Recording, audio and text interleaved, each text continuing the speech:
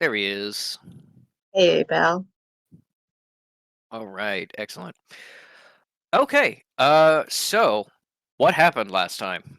We had Cal Metal and Jamal working through still some of the info about the Necromancers, dealing with the massacre of the Temple of the Hollow Graves, as well as dealing with the fact that Tinnitus and his entourage is theoretically coming now today. Um, and that in addition to dealing with them, Cal will also have to go over to Pagan's Necromancers and need to discuss setting up a event to receive Cal's sister Elysium and her church in sort of a neutral meeting space in the very close future. At the same time, Fish was he had been it had sort of cast their perception into the places in between, into the inner planes, specifically to where their father sort of held court, and they met him. R- Truly met him for the first time and learned a little bit about what his backstory was, and his sort of interesting connection to John Hananga, the person who was Fish's father, and the god, the spirit of connection that inhabited him at the time that he fathered Fish. And after dealing with all of that, uh, happy and probably bittersweet emotional distress, immediately coming back to find that Kitsune is now gone and Isle was leaving. Um, Isle was sent on a mission to help protect all of you and to protect the sanctuary from afar, saying some goodbyes that were not the most thorough or clear. Um, before being publicly falsely accused of being a spy, arrested, and then escaping arrest as part of a plan to make her seem distanced from the sanctuary so that your enemies may trust her a little more easily. Um, uh, at around the same time, a little bit before, Metal was putting to paper the designs of the machine in her head, finally expressing it so that others could start building it. And it does seem like that has been the case. Jesse came back and gave Swifty to Cal and Metal, as well as some keys to Cal, and said that she would be gone, helping the Arcanus build this machine, source supplies, and so on. And a room has been set aside and some walls knocked down for Arcanus, Scope, and Hank, seemingly working in a flurry to try to build this machine from Metal's designs. Um, and uh, last but certainly not least, as the night ended and the new day began, first thing, Metal took a trip to her appointment to meet with a private sensitive who um, who shared with her that her memories were indeed blocked by someone or something, and in trying to peel apart those memories, um, found out that it was in fact Administrator Tone, who seems to have erased or altered the night of the death of Metal's parents. But some things, some details of that still seem very unclear, fractured, and the sensitive Remedy Odell has asked for more money to purchase some specialty supplies that he believes may help him truly peel back the layers and find out the true memories buried under all the false memories. Something that Metal doesn't necessarily trust, but perhaps hopes for, as this person is not necessarily the only one she can trust, but the only one that she can uh, threaten into submission with her aunt's name. Um, and Metal then wandered over to a shopping center and started randomly putting together outfits from various boutiques and uh, kind of quietly numb to the horrible revelations. Um, Before we check in on Metal, is there anything anyone wanted to do, like early that morning, potentially before Metal's appointment, um, or at breakfast before Metal leaves? I just wanted to say that it is canon that Fish was waiting for her when she gets back. That's all. Yeah, My quick notes. Cal gave the soul knife Garbo to Goph the previous day, right after the tinnitus call, like she told mm, Tone that she would.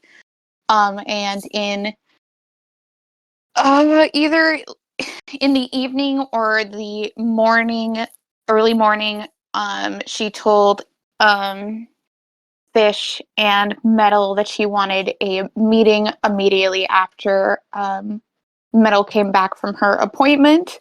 And then she also met up with Jamal that morning to also ask him to attend that meeting.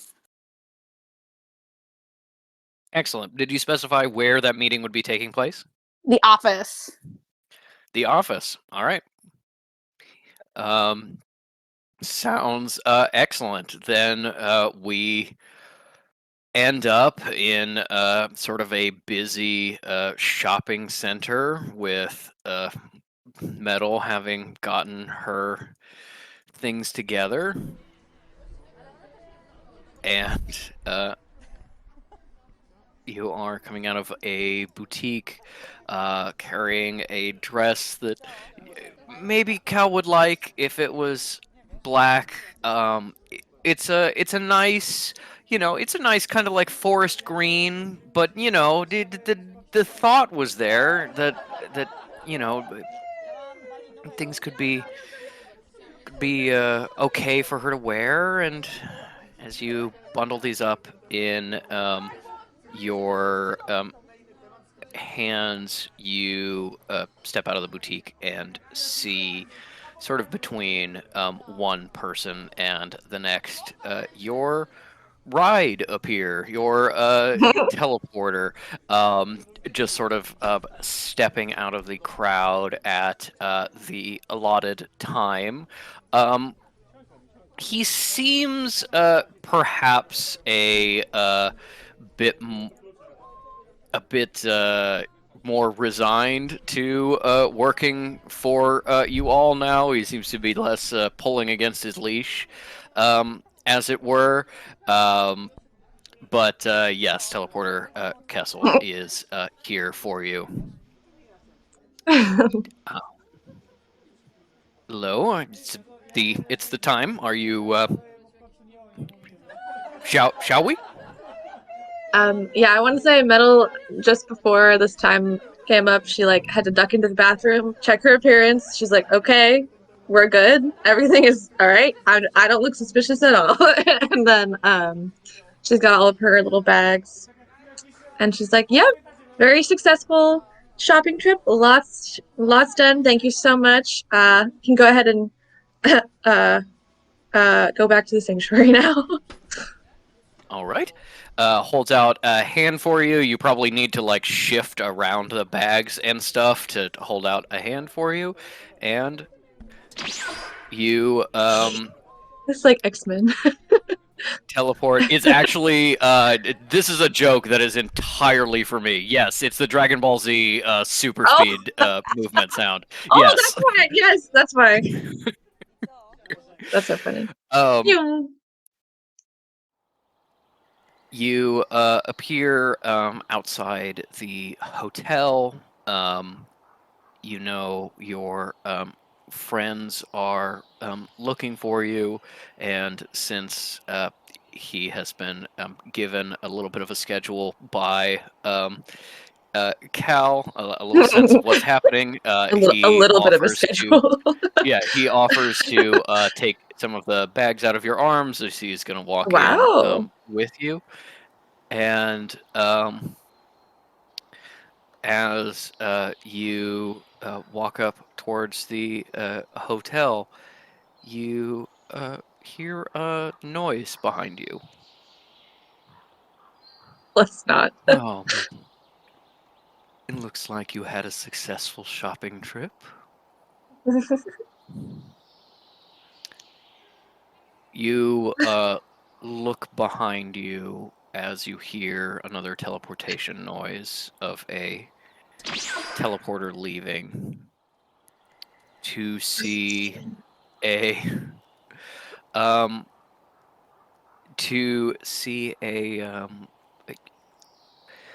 a man a little bit past his prime, but still strong, in dark robes, medium height, um, and a small chain of office around his neck, and flanking him, uh,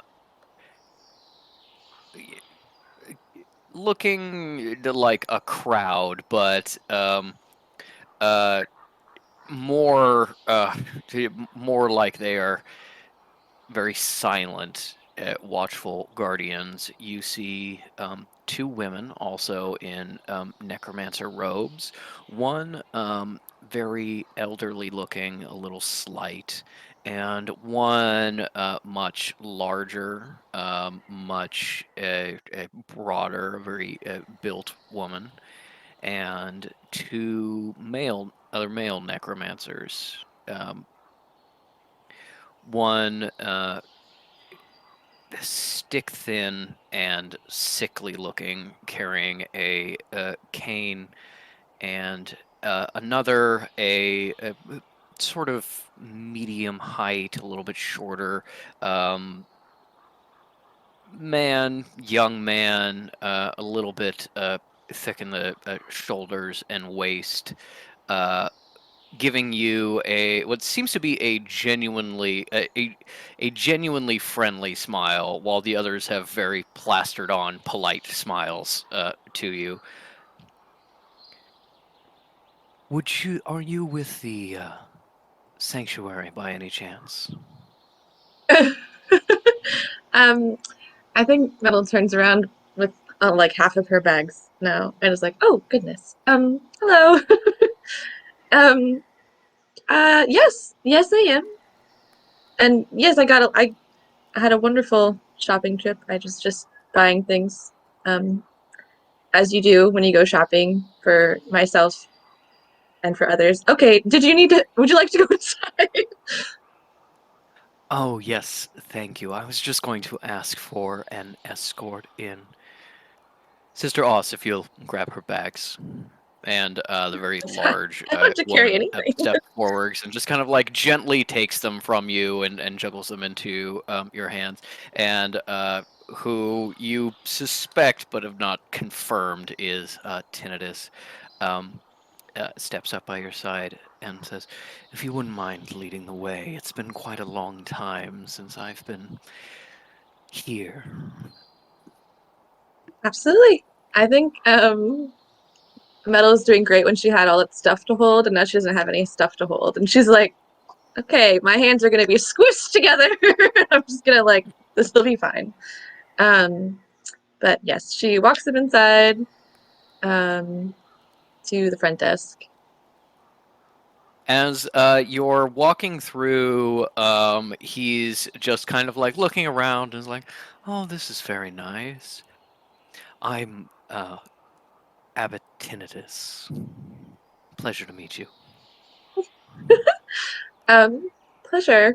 My name's Metal Vaunt. What's my title again? Investigator? Okay. Investigator or detective? Yeah, I'm gonna say it's sort of detective. interchangeable. Yeah. Got it. Detective Metal Font. Thank you.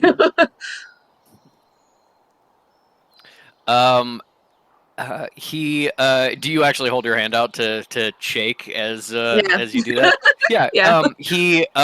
He grasps your hand, gives it a very chaste like air kiss over it, and like a very polite, like really far away from your hand, Yeah. kiss, It's Metal's and rich person introduction. Like she can't help it. Like be like, here's my yeah. hand to hold out. Hmm. It's her Um, manners. And he walks with you to the elevator. You notice, I think, pretty easily that even though he claimed to not be familiar with this place, there doesn't seem to be any hesitation. He knows where the elevator is. And as he is walking with you there, the rest of his group kind of following quietly behind, Teleporter Kessel kind of with them, being like, "What is going on?" Um, he's just keeping up sort of inane conversation. He's like, "Oh, how do you like Canada? Yes, it seems rather nice. Are you a religious person? Have you ever given any deep thought to your faith and your relationship with death?" And And Metal's like, mm, in a respectful way, says, nah. But I think she wants to like be like, oh well, I've been talking to Collisionist, but is like, I don't know what ground I'm stepping in, so I'm just gonna be like, no, I can't say I have. Thank you. You enter the elevator all together. It's the elevator is pretty big. It's like a big freight elevator. It's still kind of like you need to be sort of decently close to these people because there is enough of them that they fill up the elevator. Uh, Tinnitus is actually the one that punches in the code that sends it downstairs. And as you leave the hotel behind and um, the rumbling of the elevator heading down, um, you eventually end up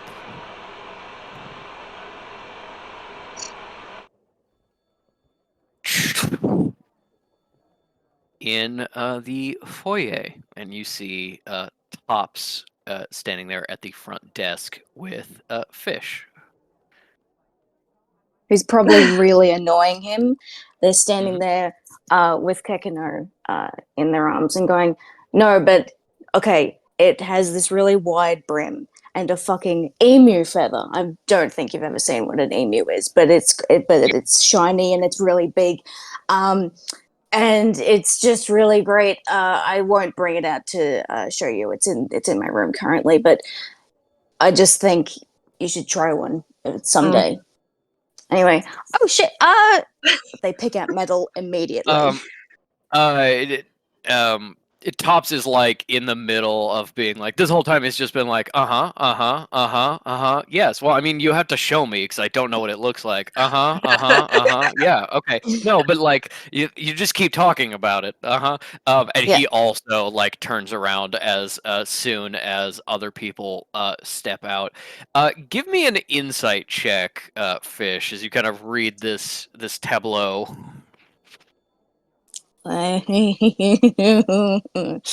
Yes.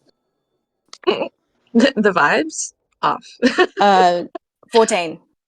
Vibes are off in the Chili's. I'm really glad it was a 14 because for the light obscured the 1 in my 12, and I was like, oh, I've rolled a 2. That's great. No. We're good.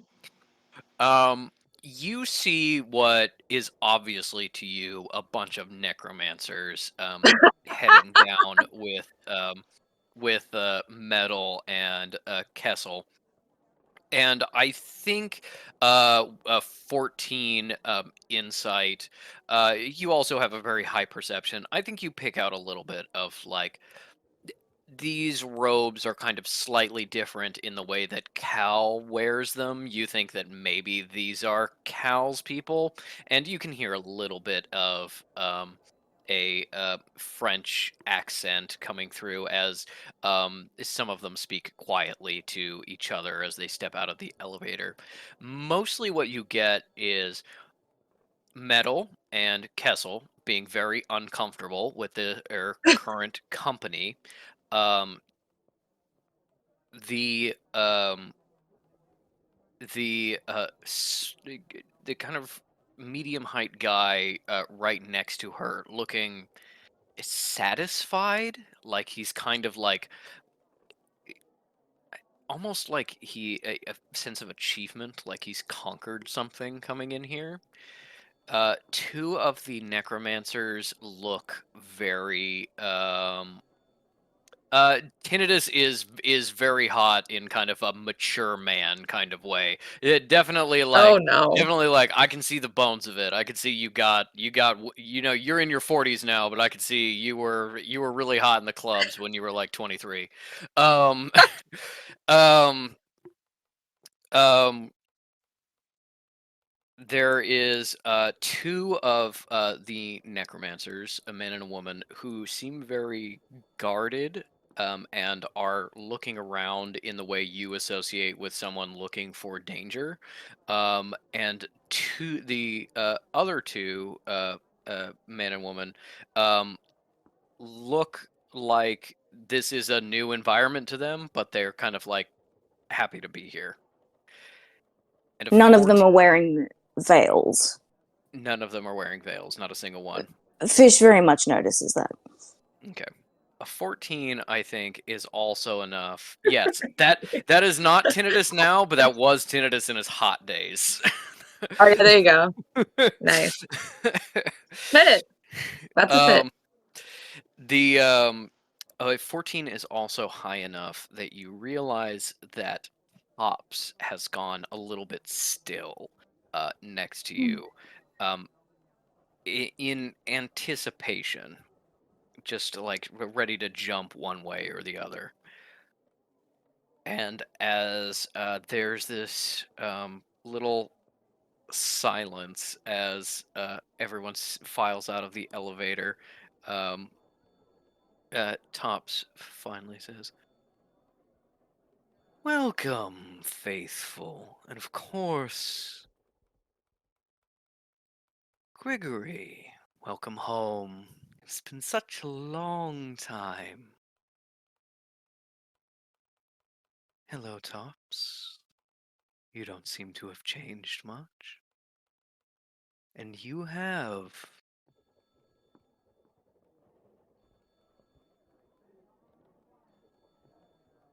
Fish just "Fish." look.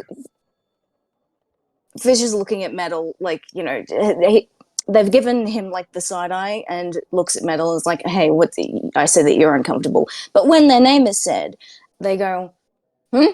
Oh, that is correct. My reputation continues to precede me." Hey, Metal, how are you? I think two things. I think coming down the elevator, Metal's brain got back together and was like, "Oh shit, that's right.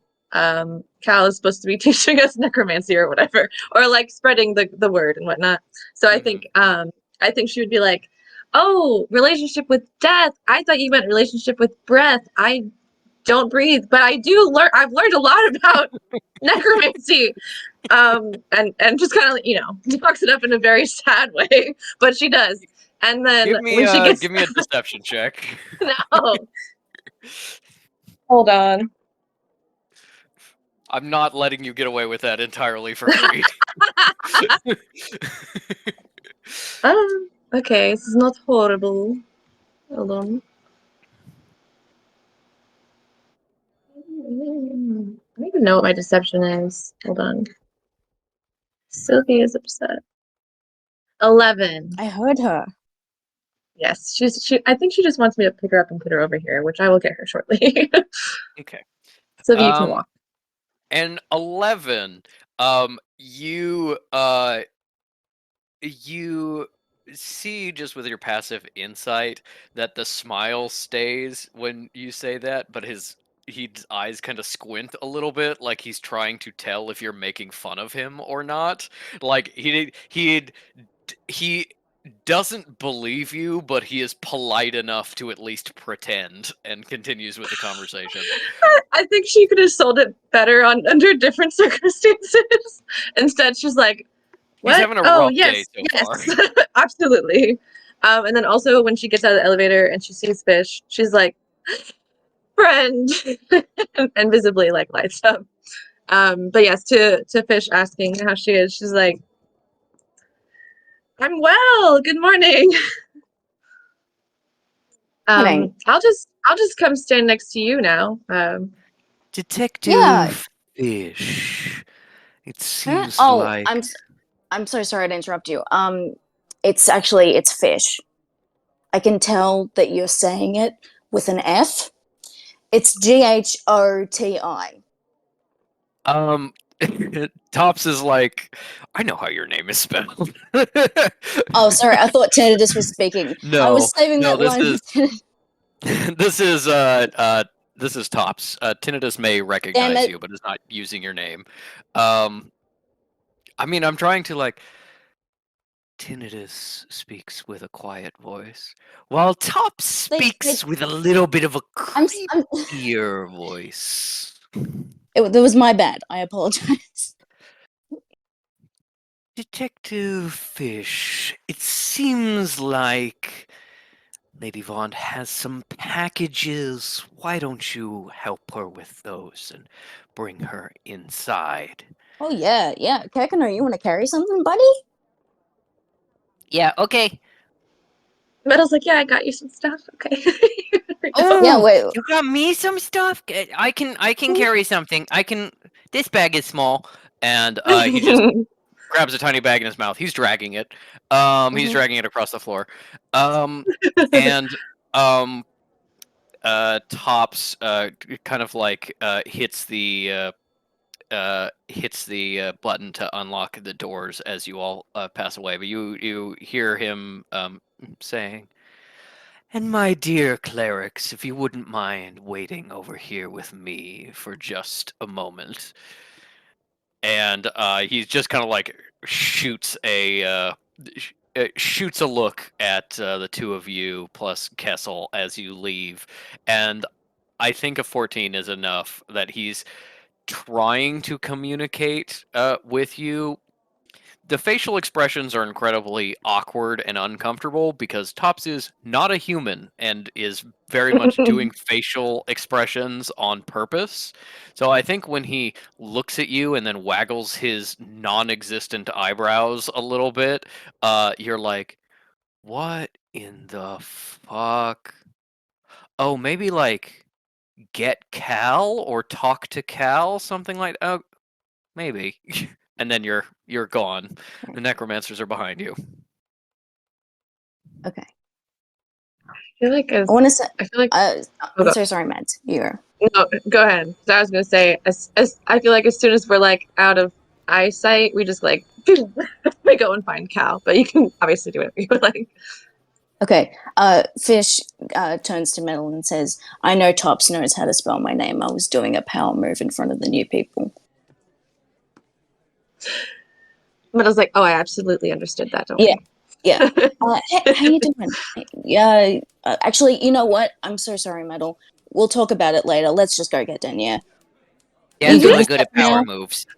Yes. Well, let's go. All right. But you're good though, yeah? So good. So good. All right, Okay, that's great we better news. get yep, okay, let's go. Uh, She's power walking. all Let's right, go. yeah, off we go. And like, even though Kekano was doing his damnedest with his little bag on the ground, Fish scoops him up and is holding him and the like. Kekino can still be holding like the bag's handle in his mouth, Mm-hmm. but it's like, Yeah. He's you just know, like, oh, "Thank you, yeah. As you are heading down to the office, you see Administrator Tone coming out of his office and heading towards reception with a lot of angry body language. I think you know that Tops also got you out of there because he's pressing his like emergency call tone button under the desk. Uh, like, so we're passing by him. Mhm. Without stopping, so like still going like, oh yeah, they're fucking back there. Like just immediately clocking like, okay, obviously you have the news. Like, good luck. Off you You go.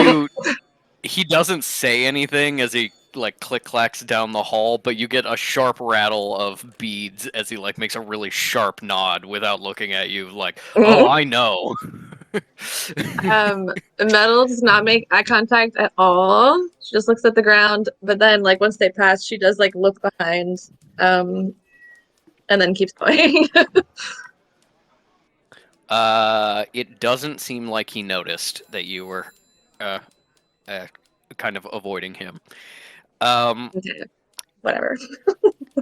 Yeah, he's got things on his mind. You head into the office where you find Cal waiting for you and close the door behind you. Jamal, as soon as you get in, you realize is sitting at one of the desks with some stack of papers and just kind of going through them while they wait for you. Fish says, oh, he's still here. Yes, are we ready to start? And you see like the equivalent of a PowerPoint has replaced the schedule wall, and it is way too much information. Denya, you're gonna have to That. cut that shit like right in half because Guldik is here. Fuck! Metal does not laugh. You instantly um, go, okay, um, well, we'll ignore the first 3 pages, and then you realize that you've got like the PowerPoint problem, the amateur problem of you put way too much text in this. There's too much text on each page. Yeah, Metal's like, she. oh, Metal. I was gonna say, Metal says, yeah. So like everybody is at the front desk out there, and it's a whole Okay, thing. I'm not gonna roll insight on Jamal reacting to Cal swearing because she would not do this, but I would love if someone else did. Okay, Fish will then, because Thank you. last time they heard her swear was after Grumble, and like that was a special occasion. Yeah. Anyway, 18. You just see his head snap up really fast as he notices, and then a look of like a lot of concern on his face that like he's realized this is something is upsetting Cal if she's talking like this, and he doesn't notice you paying attention to him and is just kind of like laser focused on Cal as he kind of like starts to shuffle his papers and like pretend he's still working even though he's clearly not anymore. Yeah. So Cal is just like looking at her PowerPoint, like, okay, condense the points, condense the points. Right. Abbott Tinnitus is already here. I thought I had a little more time. All right, Abbott Tinnitus is here. As well as other members of my temple. I don't know who there is besides one of the members, Claire Tail. I can't really tell you about any of them. You Tinnitus's reputation precedes him, I would say, for Metal and Fish, Jamal. You have not been as exposed to that. He is very strict and has quite a history here in America, where he lived before he joined my temple in France when I was very young. And he has quite a history with Tone. And if we're going to proceed with caution, don't volunteer any information to him. And right, if That's where I fucking recognize him from. He was in that fucking photo in Tone's office. yes, he is. Should have I said was something gonna. at the time. It should have been like, "That's the guy." I've been like, "Oh, he's an asshole." I didn't think it was relevant. I would have had you all change into black, but that's not going to happen. Metal's wearing bright You blue. you don't have to. You should avoid interacting with him. I shit. I will handle all of this, and you two, and all of you. Unfortunately, Jamal, you are going to have to interact with him more because he'll want to know your research. The two of you, you probably are good. He probably isn't interested in you at all, but if he is, I'm sorry. He knew my name. He knew. Yeah, well, Yeah. I'd have told you, and he also gets pretty detailed reports from Tone, so yes, he knows of you. I just wanted to remind everyone the conditions I have told you about what goes on our missions and all of that. And I would also just ask everyone to act that I have been acting the way I was when we all first met, and that there has been no change in behavior at all. And that if my behavior, and this is she's gonna look at Jamal for that, if my behavior drastically changes, please know it is circumstantial. And if everyone can please refer to me as cleric. You didn't refer to me as anything other than cleric, did you? And points of metal. You didn't. I didn't. I feel like I No, definitely you said didn't. I was paying collision. attention Okay. to it. You didn't. I don't think you Oh, did okay. explicitly, but if you want to be Yeah. like, "Oh, I let it slip," Yeah. that's a character choice for you. I mean, I think she definitely said collision. I think at that point, she was like, okay. So I already messed up, but I didn't know there was going to be a PowerPoint. But that's okay. It's all right. I told him about how like good you're like always talking about necromancy and how necromancy is like really cool, and I know like so much more about it now. So Good. All right. Okay. and he doesn't seem very That's all nice. So I thought right. I would just back that. No, that's a pretty accurate assessment. All right. Well, not ideal, but that's all right. If anyone was to make the mistake, it being you is okay. She's just like going through her notes and being like, yep. All right. That's about it. Kekino, Yes. if anyone in the world is immune to you, it is him. Nobody's Do immune not to me. take. I am too adorable. I can't get as much into this as I wanted to, but the more something is joyous and good to Tinnitus, the less he likes it. Oh. He is very Well, we want to good. make this dude miserable, so Yeah. Yeah, this guy's awful. He's awful and bad, and I agree with Dad. Let's make him feel bad. yeah. So we'll be Don't nice put- to him. No, don't. None of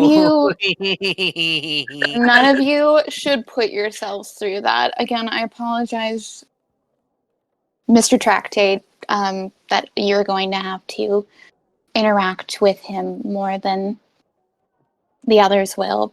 But I hope he will be pleasant to you as an academic. Denier. I mean, cleric. I God. I understand that this is someone you perhaps don't have a great relationship with, and I understand. I didn't say that. You didn't He- have to. He rolled a 6 on his insight, so I'm going to interpret that as not really being able to hold his feelings in, so he just kind of goes, sure, Metal's like, yeah, no, you didn't um, say that. I was wrong. That's totally not super obvious. But he says, uh, I wanted to go over with you very quickly if I could and he kind of like looks at the other two and then leans a little closer to you and is like, um you had me not communicate with the other Mhm. necromancers so that you would know what knowledge to give out. Um, Yes. is there anything I should say or not say In if uh, these people ask me personally or in an ideal world, I would not have to give them any of this information, but I do quite badly. So, the only thing I need you to be completely silent on is anything involving Mrs. Shepherd. okay, yeah, I yeah, I I understand. don't, I will say, don't necessarily volunteer too much information. I'm especially concerned about the Temple of Hollow Graves and how much is known, and I don't. It is important for me to not provide information so I can get a sense of what is public knowledge among my people. But I don't want you to, if it is easier for you to perform by only giving fully honest answers, then that is what we should do. I do not want you to get cornered. Um, I mean, I, I have to say, Danny, a cleric, that I'm not I'm not really good at kind of uh, dishonesty. But Precisely, that's why I just think you should. but I will do my best and whatever you need from me and no Miss Shepherd, that is totally fine. We're just gonna and he like takes a stack of paper, he opens a drawer and he just scoops it all into the door and closes it and he's like, totally away, totally away. Nothing Thank for you. anyone to get. I don't have a key to this drawer and I will need those papers back eventually. You know what? That's a later problem. Um, yeah. Whatever you need, cleric. Thank you. And that's probably about as much time as I can get away with because he hates tardiness, so we are leaving. Okay. Metal, All right, Metal, Metal's you like, Just just kind of like get this stuff together. Metal, just stick by my side, okay? I'll make sure that they don't accost you. Only I get to accost you, huh? Metal just puts her stuff down. It's like, Tone's already there, by the way, so if that means anything to you. No, that's helpful. With someone on the front lines. Also, Cal's dressed in a very nice fabric, but like very plain, very plain robes for her. But like I think you guys probably have seen as she's been moving around, she's got like fun like frilly cuffs, which is just like a small little sign of fashion. But otherwise, for her, this is a very like dull outfit. Very Hmm. dressed down. You also with that previous really poor insight check on his part. You see. Only I can accost you. Jamal full on glares at Fish. um, I love having Jamal in the group. as um as you head out and enter the hallway, you actually see that there are two necromancers walking towards you in the hallway, um, and one of them is Sister Tail. And the other who you recognize is another a young man your age is Cleric Umbra, Oh, who yes, is yes, someone yes. who really likes Cal. That Cal does not feel the same way about him, Yeah, and who had a big um, fat crush on Elise. yeah, and probably now has a big fat crush on Cal, or at least kind of No, did when you left. Um, I think she knows that. I don't think she has either. I think I think being in America has given her some perspective. But yes, you're in the hallway now, and you can see that Umbra is carrying a big wooden box covered in arcane designs, things Fish recognizes as some symbols. Give me a symbol roll, actually, if you want to know more about that. Sure. But that is kind of like it's words, Yeah. Um ugh, I didn't get my box very foolishly. It's 9. Okay. With a 9, you recognize one of the symbols from Picklesburg, one of like kind of enclosing or trapping, which is kind of prominent. All the others are kind of too small and a little too stylized for you to make sense of. But yeah, definitely Okay. some sort of magic box in some way. And Fish chooses to infer that that's a box for keeping important shit in. yeah, possibly. But as you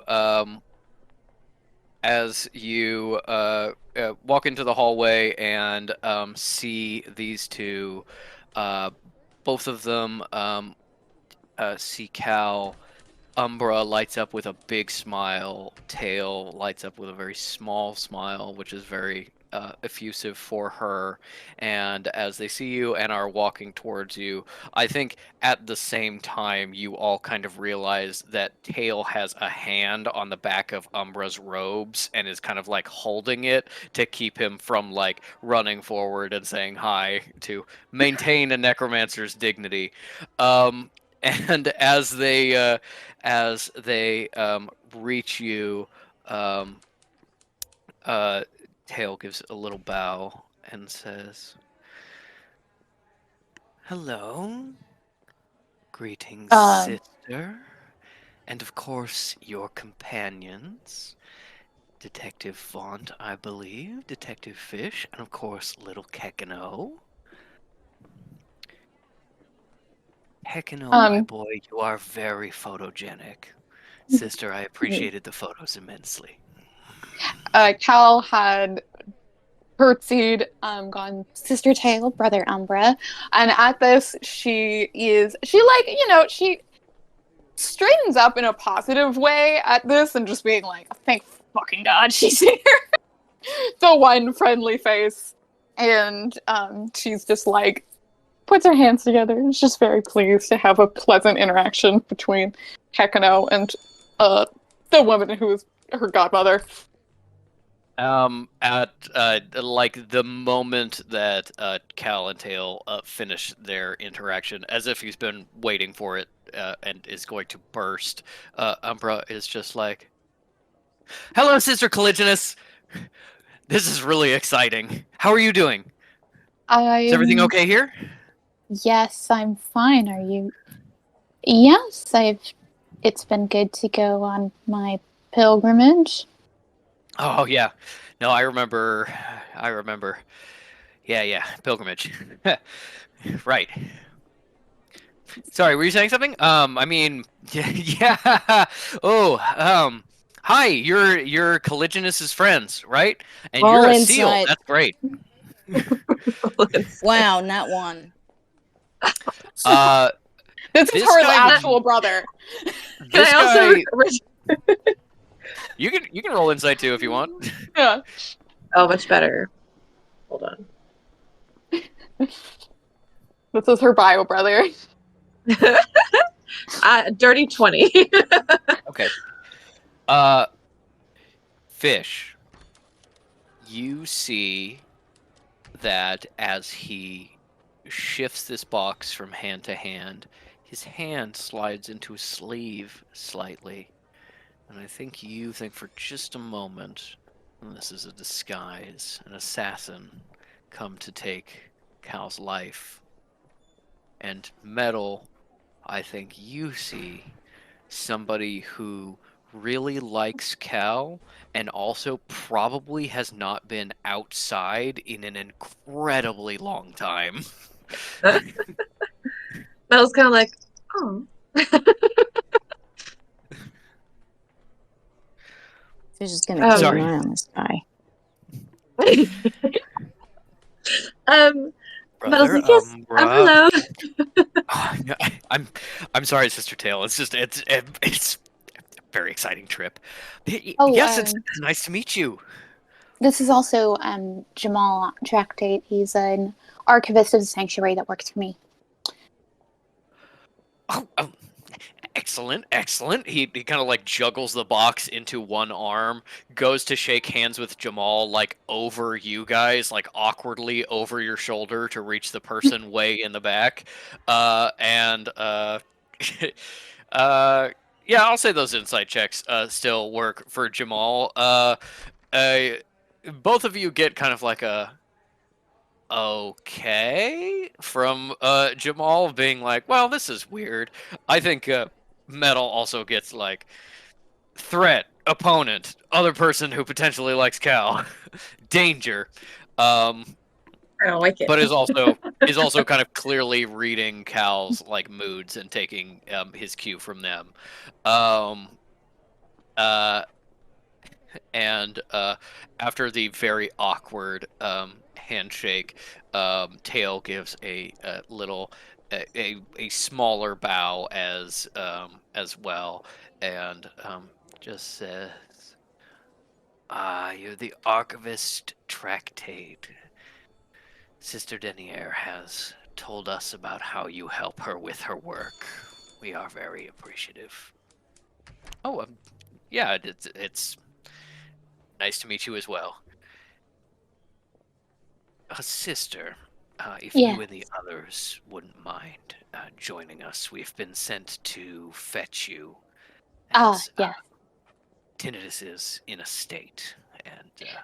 he and Oh. Tull he and the administrator are arguing. I well, Well, I'd love to see obvious- that. you know, Tom. I think he's a very difficult man to deal with. There's The Metal like nods quietly. there's like a pause, and then she's just like, yes, the administrator does seem to have his difficulties. And you can tell it's like, I'm not going to badmouth Tinnitus, but obviously this is Tinnitus's fault, and we both know that, so I don't need to say that out loud. And they start walking back towards the foyer. Does Tail and Uh, Kekano interact anymore? Does Kekano get a pet? I think, first of all, first thing you notice, they're not walking fast. They're taking Yeah. their time. They're like, we were sent to God. retrieve you. We're gonna spend time with you and hang out. This is fine. We're just gonna enjoy your company before we head back to where people are angry. And I think as you're walking and Tail is sort of chatting with all of you, you see she tucks a hand into a sleeve and pulls out a little piece of maybe like a biscuit or something and holds it up to Fish so that Fish can see it first and says, "May I?" Fish has a look and is like, that's great. Kakano is under brain instructions to be, bit quieter than usual, but like if he's gonna talk, so polite and so nice, but just you just stick with me, pal, and we're just gonna keep on our best behavior, which for Fish lasts 5 minutes at a time. But like, yeah, the biscuit, like, oh yeah, here you go. And she holds it out, lets Kekino like sniff it a little bit, and then bite it out of her hand, and gives him a little pet and kind of a fond look. And when Kekino goes, "Thank you," she goes, "Oh, I'd heard he. I was told by my sister that he spoke mentally. It's strange to experience. I'm glad you enjoyed it, Kekino." Uh, feel free to, feel free to say something else to Sister Tail. A pleasure to meet you. Yes, it's a pleasure to meet you as well. Um, Sister Denier has told me quite a bit about all of you, and Only I good bel things, I hope. um, there- there's a little pause. Uh, Only great yeah, things. I think yes, I think you still got that natural one. You're like, oh, maybe Cal sent some kind of like, kind of hot and bothered things in her letter. Inappropriate. Well, all right. Well, Metal is like, okay, she's just taking just a quick moment to think of her words, and then she says, her affection for you and her other companions shines through in I was these like, letters. no, stop. Fish, fish, like, does the gif of the man blinking, like, you know? Yeah. Um, yeah. Cal coughs loudly and she goes, I have a very significant update for you. I was not able to convey to you or candidates because it happened so suddenly. Do you remember the other one, the shifter? Oh yes.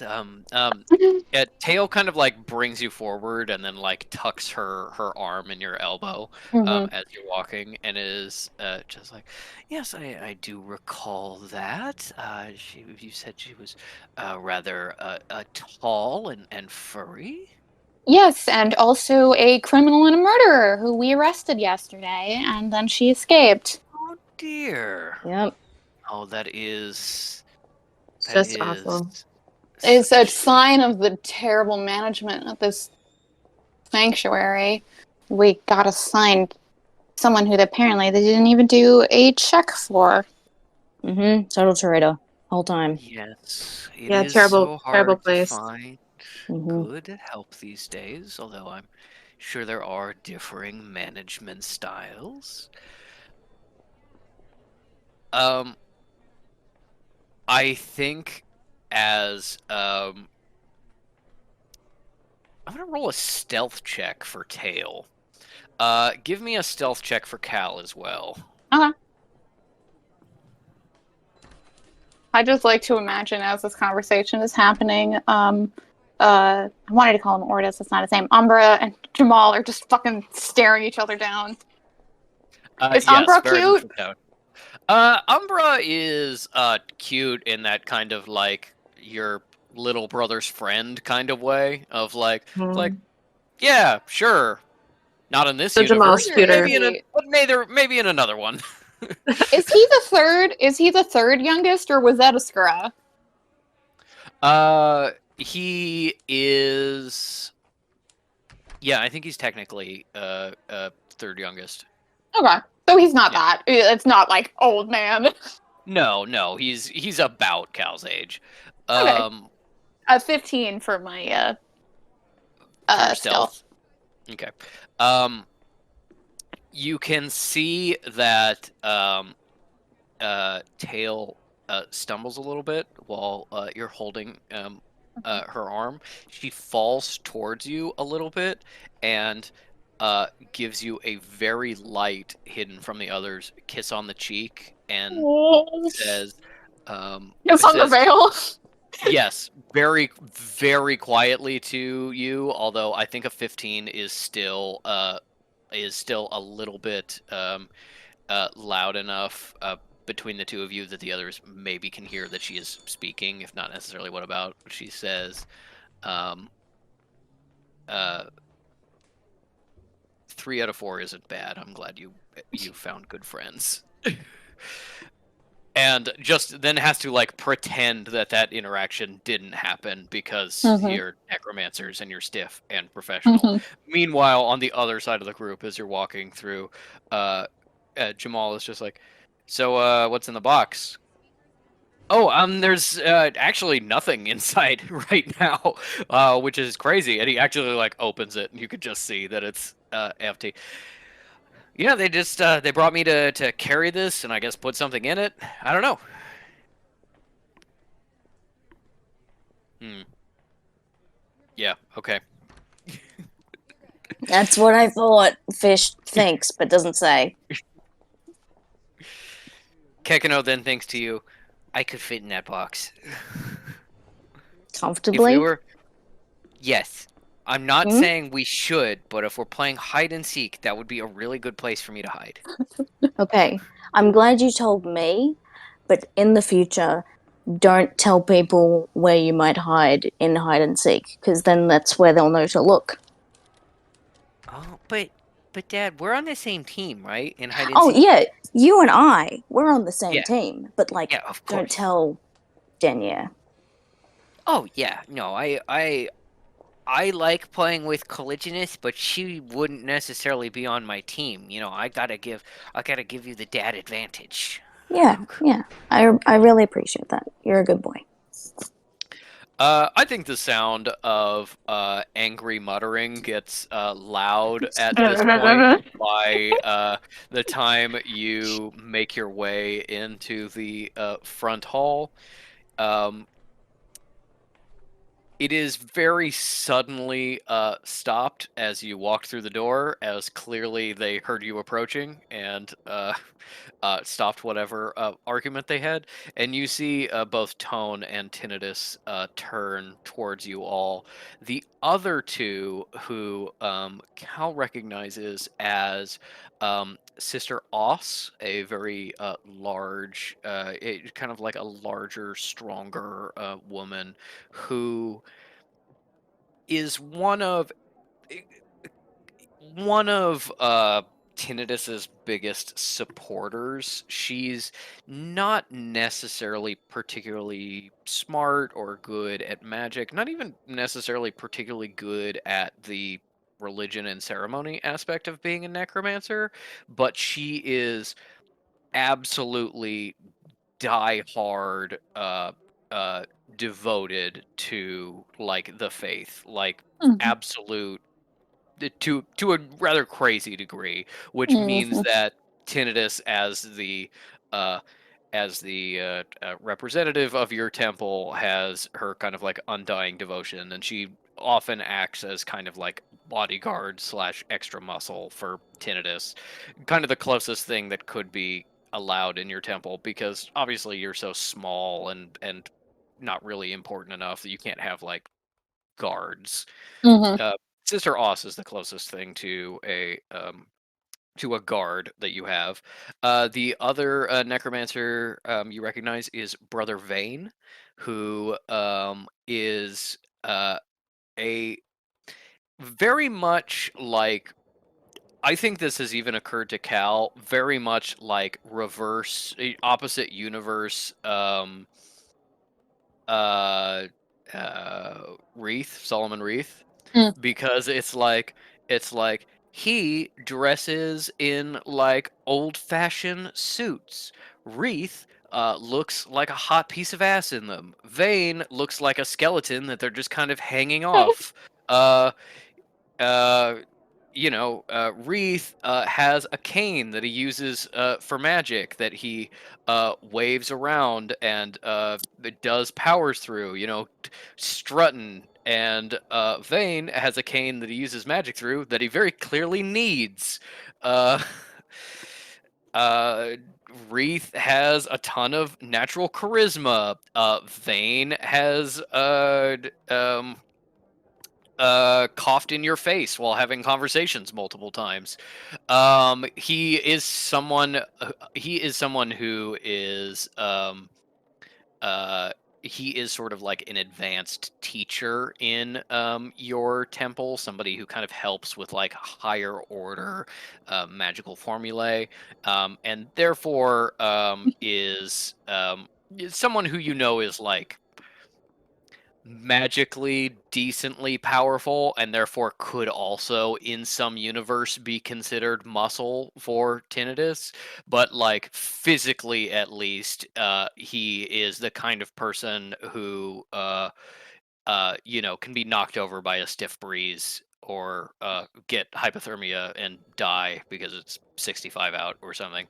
um not a strong constitution, this kind of old man. But yes, Cal recognizes these for what they are, which is like the closest thing that tinnitus can come to bodyguards on a trip.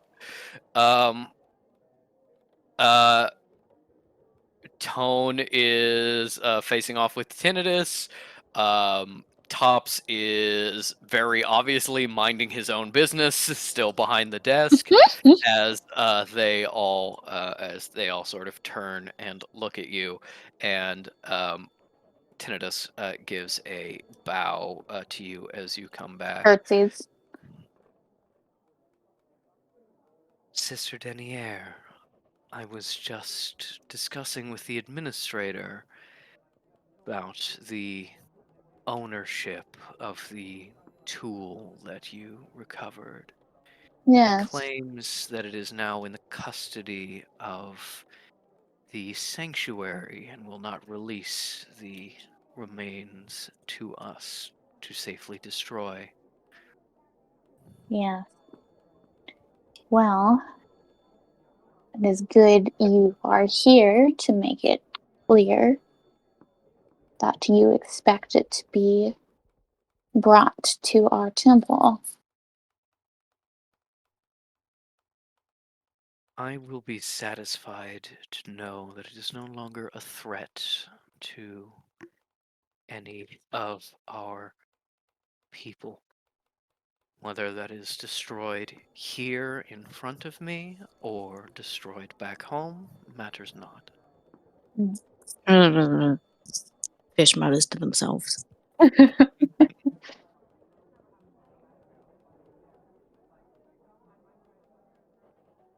Cal keeps her like head still bowed and is waiting to like, am I joining a conversation? Are we going to another location? Still very like deferential body language. Um, I think you can tell that this is just like this is the entire argument that's been happening back and forth the entire time since Fish and Metal walked back, and Tinnitus just sort of cues you, just being like, "I'm sure with your recommendation, we can extract this dangerous item from the sanctuary's custody and destroy it properly." I would hope that my successes for my last few missions would hold some currency, at least to be able to take it back out of its storage and show that its current condition. Um, Tone gives you a very slight nod of being like, "Yeah, I'm playing this game along with you." And then turns back to Tinnitus and um, says, says, "Well, with the recommendation of the detective," and he leans on it a little hard, like, "She's mine, not yours." Ha ha ha ha ha. Uh, we can enter the vault and at least observe the item.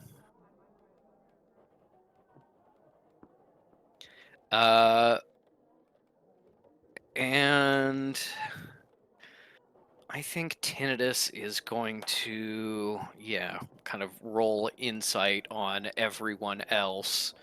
Kind of sees that no one is kind of like coming to bat for him to be like, how dare you defy his words, other than Sister Oss, who is being held back by.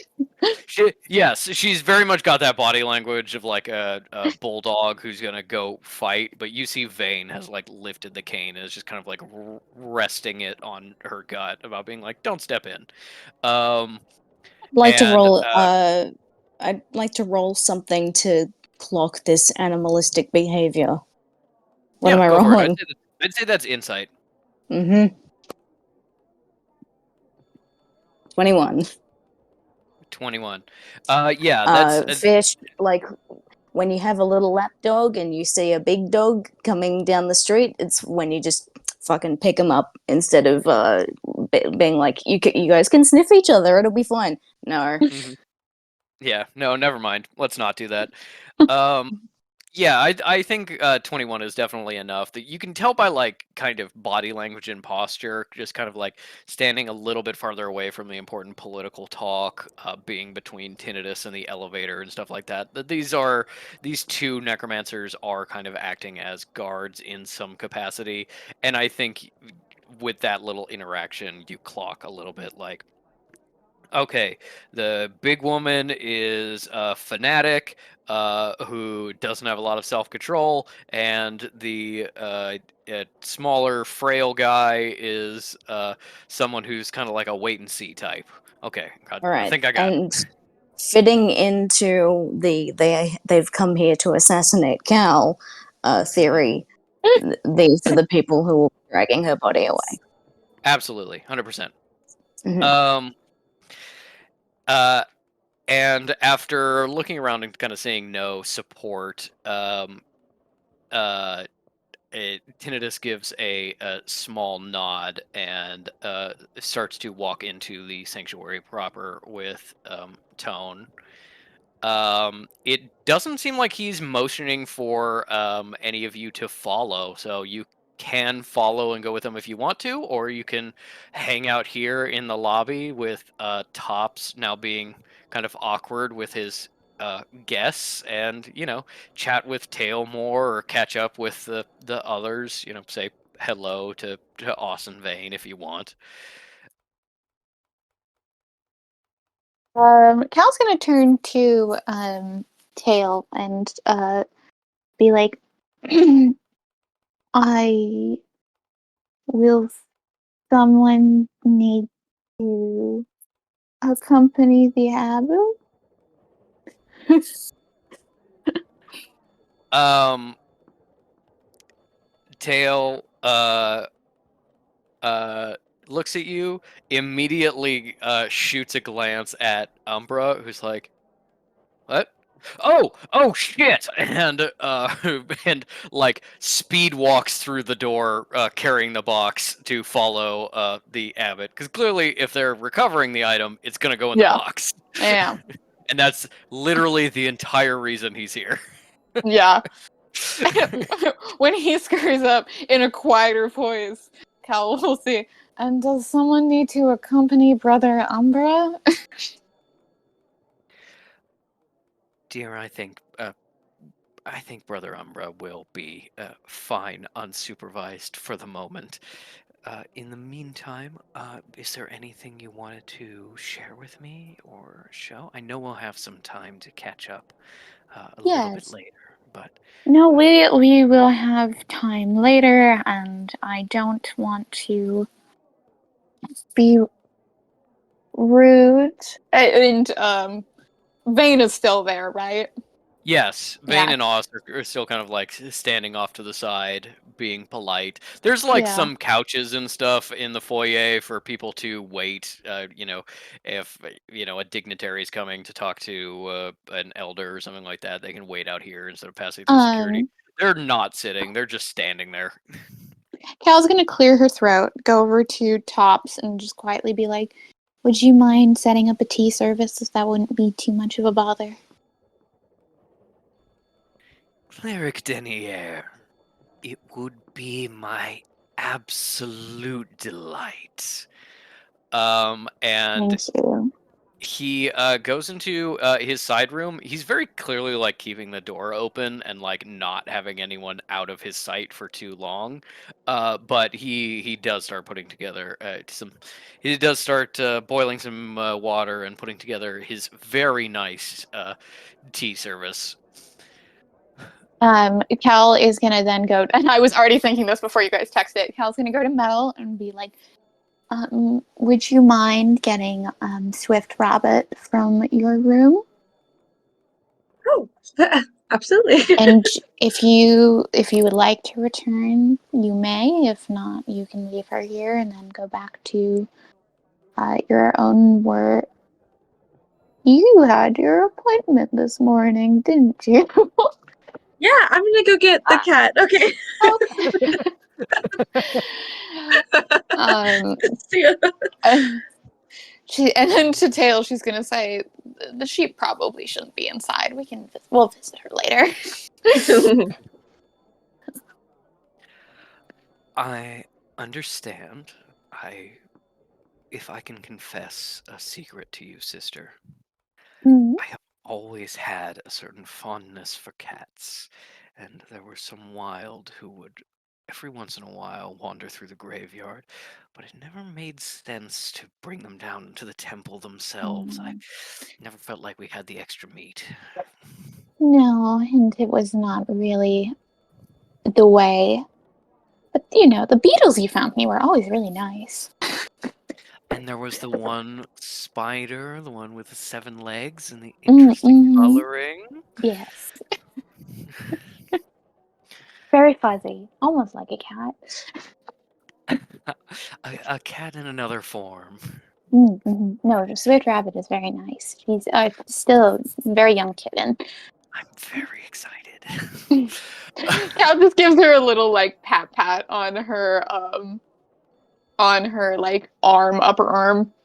hmm And as Tops comes out with the tea service and starts setting it up, uh, Tail moves over to the couch and takes a seat, kind of pats the cushion for you and Fish to sit down next to him.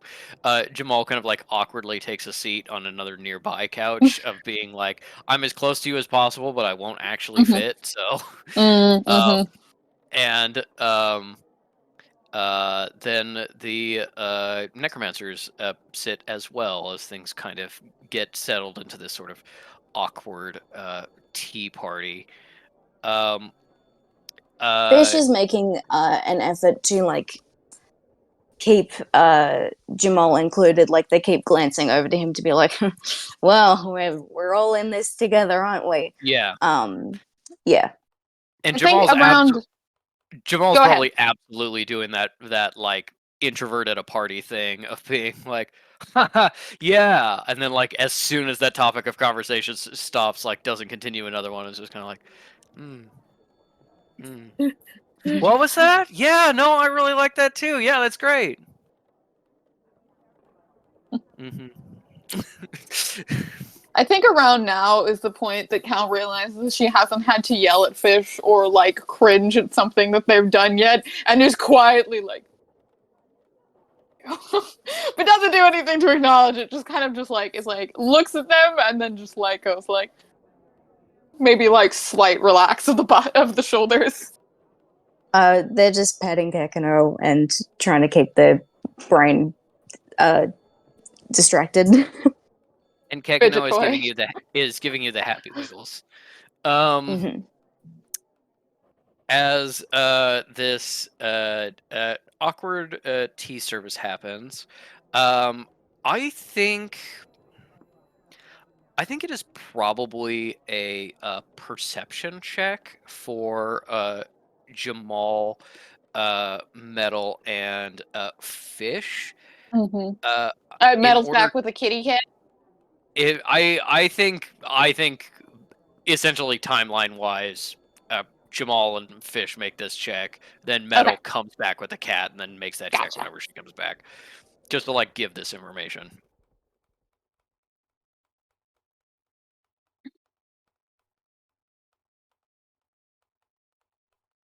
For What check? What check did you say it was? Perception. You The dice tell the story. Yeah. 15. Okay. And an 11. I think all of you clock. First of all, Tail may not be as old as her appearance would suggest. She moves like a little bit slowly, a little bit arthritically in a way, like she is pained. But I think you can all kind of tell that, like, magically, she's just not very strong. She's got that thing of she does age slower than you know mortals, but she doesn't age as slowly as you guys do. So while she looks like what for a human would be kind of like 80, and for a sorcerer might be in kind of like the high 700s, something like that, she might genuinely be a like 150 or 125, something like that. You know, it is certainly old in body, but in actual like mind and life experience, not a huge amount older than any of you here. Um, and then Minus metal. I think that uh, you also all get the sense that yes, definitely minus metal. I think you also all get the sense that you know, Cal and Tail are very close and have a very friendly relationship. And then I think Fish is focused on the other two necromancers as a potential source of threat, and making sure that, like, Kekino's cuddling you, but his like flippers aren't wrapped up in your jacket or anything, so he can move as well. And you kind of like aren't paying enough attention to Tail the way Metal and Jamal is a little bit, to get the sense that, oh, they're not just close. This is a very like almost aunt like, or maybe even mother like relationship. How does that make Metal feel, seeing kind of like a loving female guardian of Cal who is actually nice to her? Um, I think that Metal's very surprised. Um, yeah, I think she comes back down with Swifty, and they're I don't know, they're gossiping over over tea, and she's like, "Oh, okay."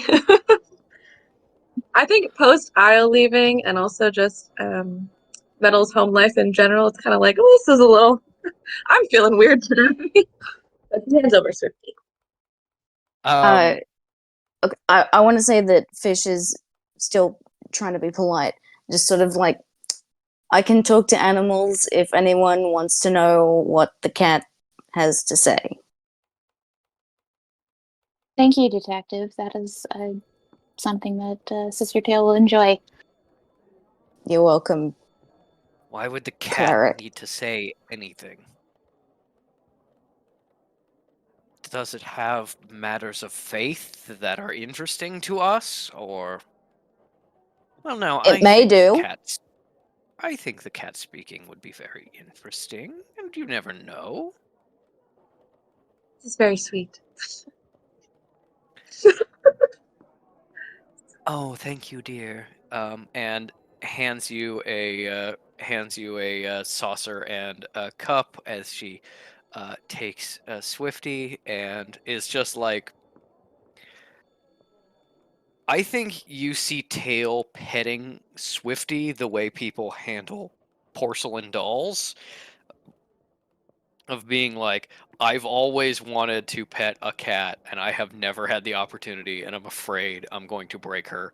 And just gives her some like way too gentle pets, like way more gentle than cats enjoy, to to not stress her out. And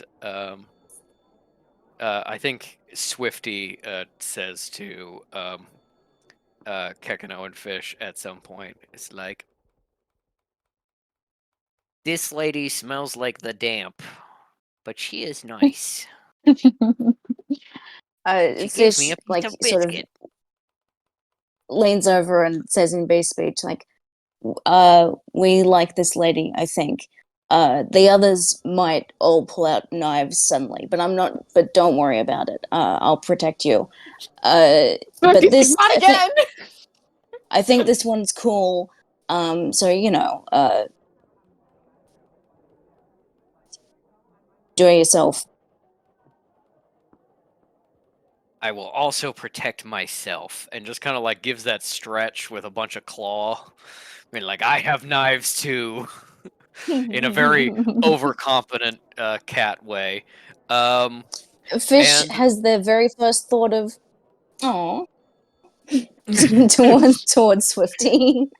wow, really got your boy and fuck every other animal. Mm,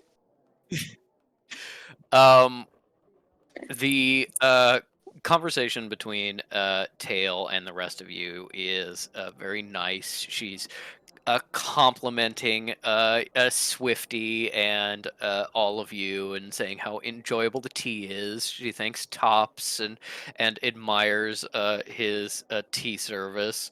The other two necromancers have like not given their names even, but like like you heard them say like hello sister Denier, hello sister Ost, brother Vane, when they came over, but have just given you guys kind of like nods of like, I I think acknowledge that you're here.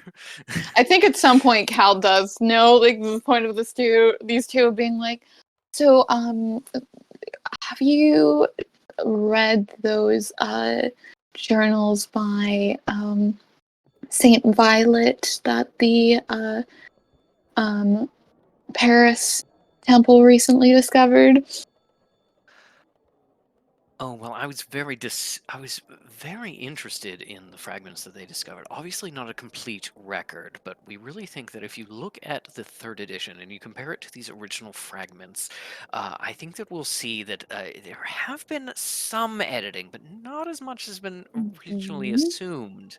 And that could lead to some very Mhm. interesting discoveries. Also just kind of like, Yes. mm, nerd shit.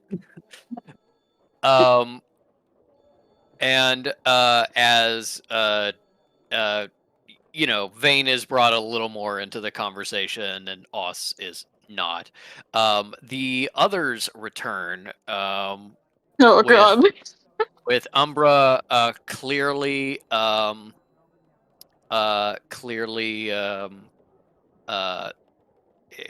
not carrying anything in the box, just like carrying it under his arms, like very casual. Tone walking out, and Tinnitus looking frustrated. But he comes over and joins you, and he stands in front of the couch with Tail and Cal.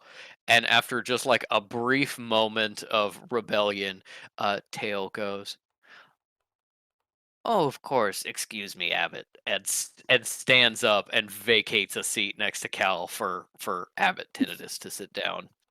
Uh, Oh. he turns to you and says, "While I would prefer that the soul knife be entirely disposed and the pieces thrown into the sea, I will accept the sanctuary's custody. It seems that my trust in you was well placed, sister. You destroyed the soul knife well, and have rendered it harmless to us and our people." Thank thank you. I know there was some harsh words on my part regarding your faith and tendency to stray. And I must admit to you and to these others here that I was wrong. Your faith is clearly unwavered. I And have no I Sorry, go ahead. needn't have concerned myself overly with this audit, so to speak. I have no memory of harsh words, only concern from a abbot who only wanted his cleric to act in the way he knew she could. I am glad you see things so clearly. Well, I have spoken with the administrator, and it seems we will not be finding shelter here for the day. We will instead move on, and while we are here on this trip, I believe it is time to check in with Abbot Pagan as well as Yes. our fellows from the temple. And I suppose it is time for the work to truly begin in earnest.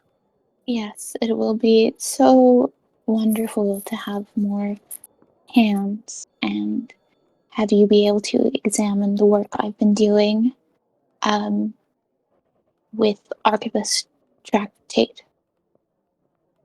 Ah, that must be you, young man.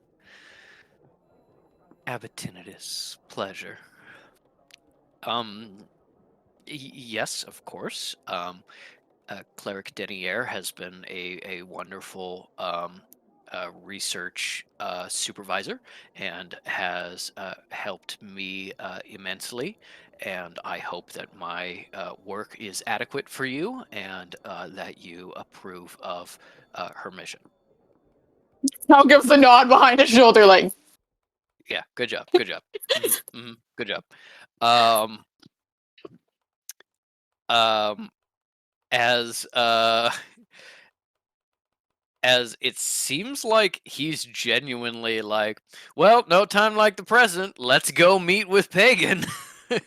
um, oh, wonder ever cease. he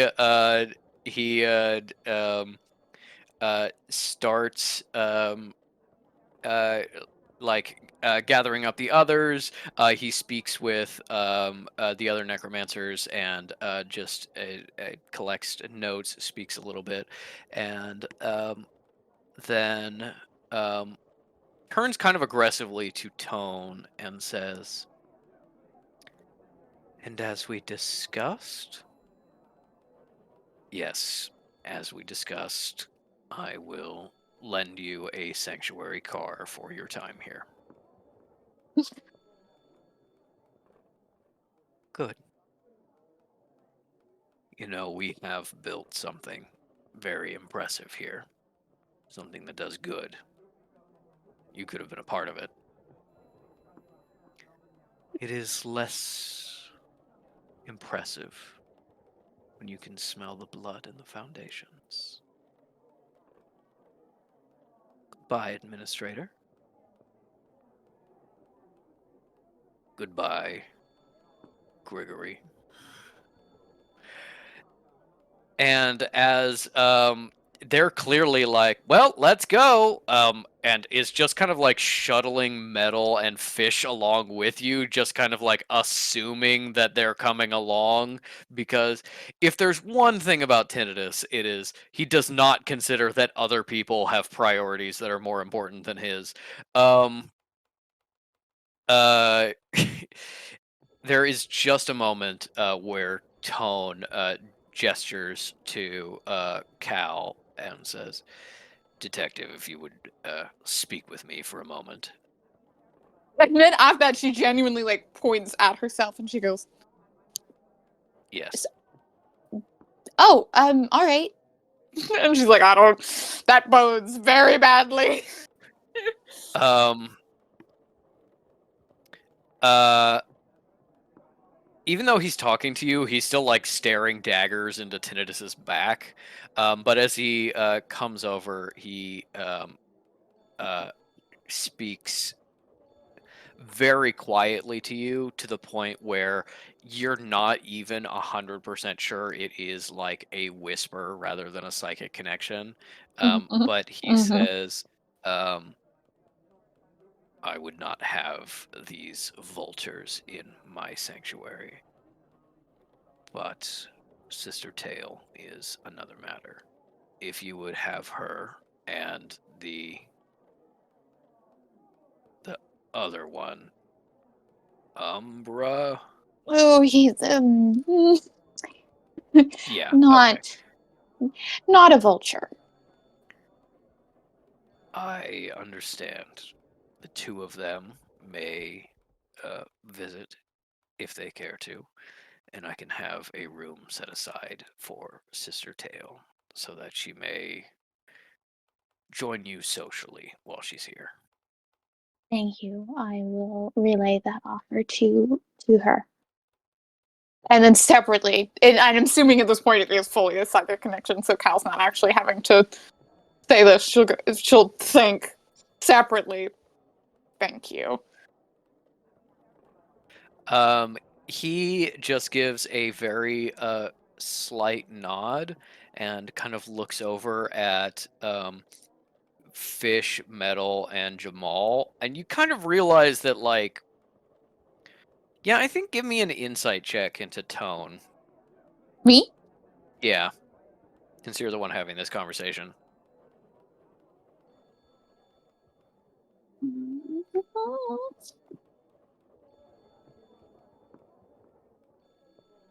That's what's math? 14. Okay. A 14 is enough that you. I think you understand Tone in this moment a little bit better. He is very protective of those who thinks of as like his or his responsibility. So this is kind of like Tone's been not super kind to Cal in the past. That kindness has a limit, and that's when somebody else is not kind or respectful of Cal, in which Tone is then in your corner 100%. It's very Well, clearly like he's checking out the others to like make sure they're okay with leaving with Tinnitus, and probably like thinking about sending a chaperone and then discarding that idea because you're all fairly powerful. Um, yes. and is you know very very interested in kind of seeing you safe, and I think a 14 is enough that it's kind of like safe, not just in a physical sense, but also kind of like safe from Tinnitus's influence, because God does he hate that man. Yeah. um and Cal's like, they're get in Their line. section's gonna be so angry. Um, She's like, look, I've known him for at this point about 85 years. I've seen him every day. I don't think you can hate him like I do. um, and he leaves you alone as you all head out of the sanctuary. You can have kind of a private moment. Just be like, oh, one too many for the elevator. We'll take the next one. You can take a Mhm. moment to chat privately with Fish and Metal and Jamal if you want. Yeah.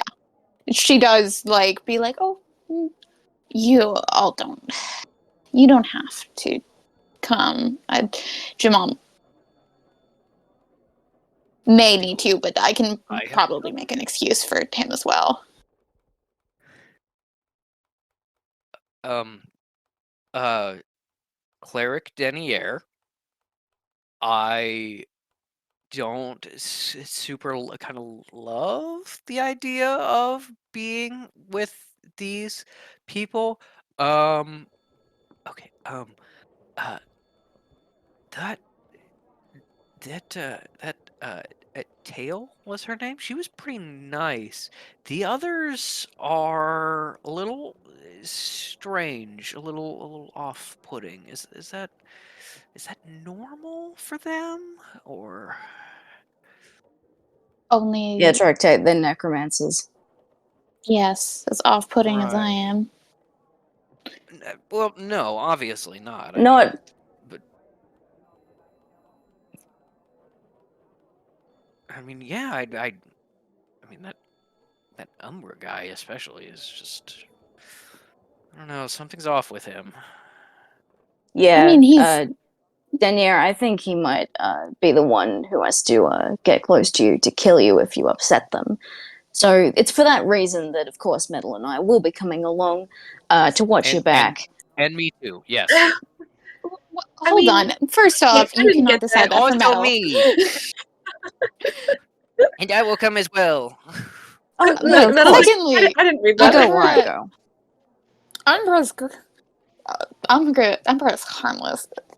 It's combat magic is disappointing at best. No, that's what I think, which is why it's a really bad choice that they made him be the guy. It should have been the lady. She's the one we have to worry about, really. Metal, you can blow down the old guy with a gust of wind. No one is trying to If you kill need me me. to. Look, if they were going to kill me, they would execute me, and I'm not being executed.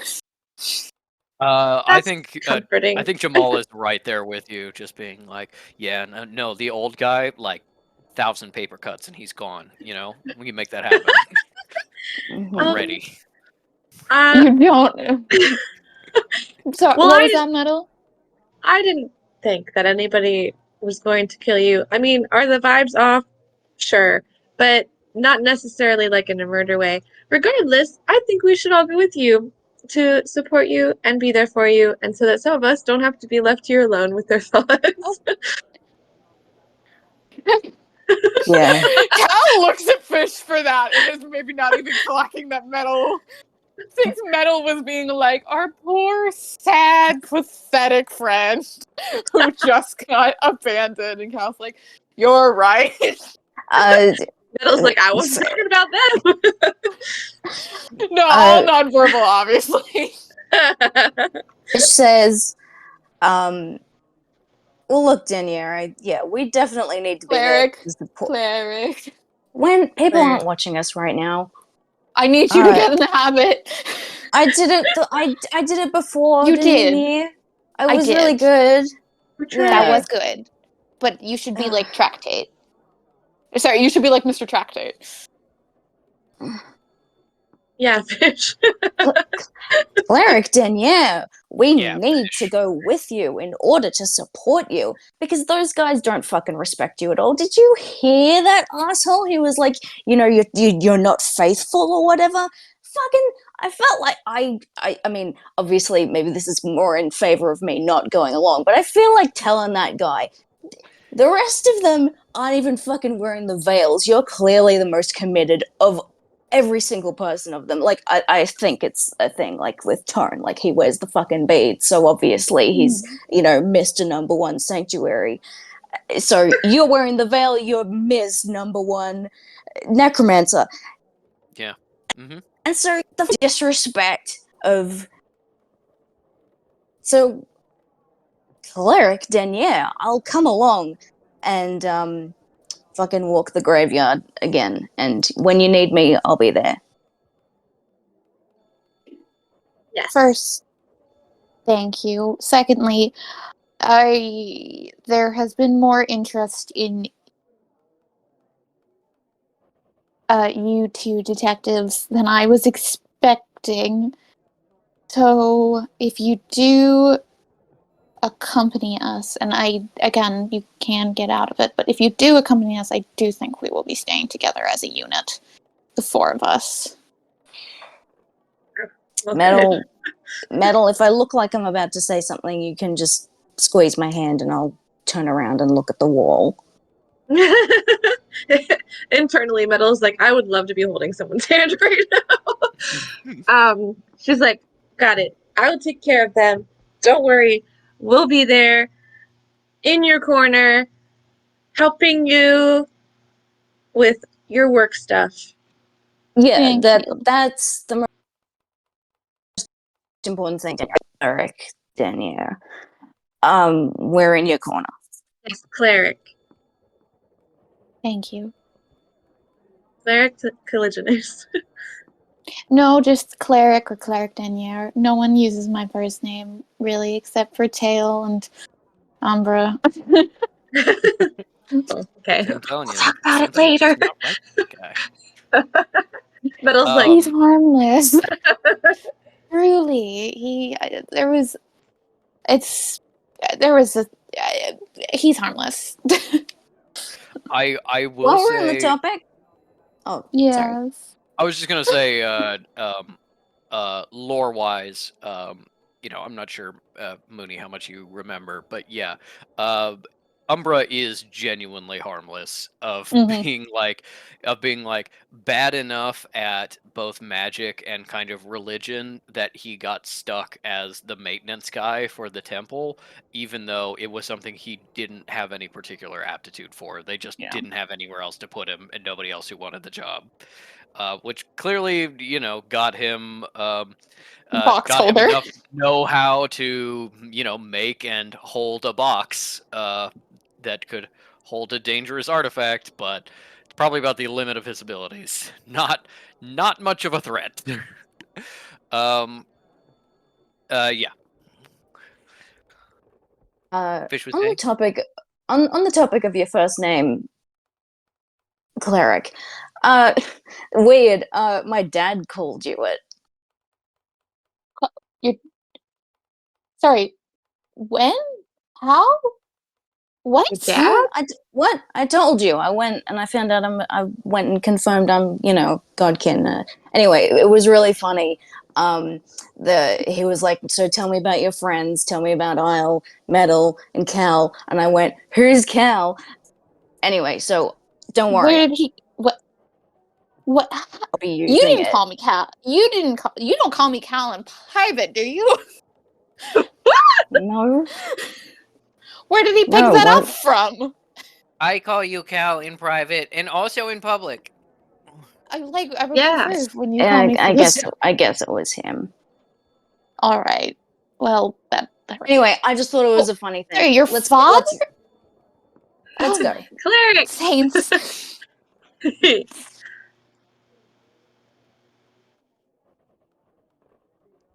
Patrick, I hear you in the other room, but I don't hear you through my mic or my headphones.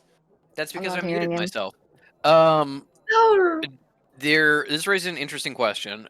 Do the four of you go and get your teleporter and just immediately teleport to Pagan and the others, and therefore have a little bit of meeting time without Tinnitus there?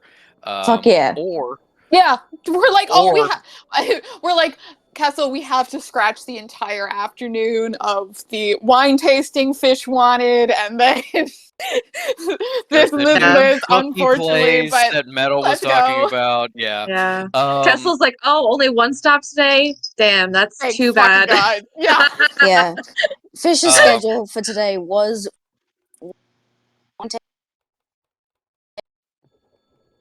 strip.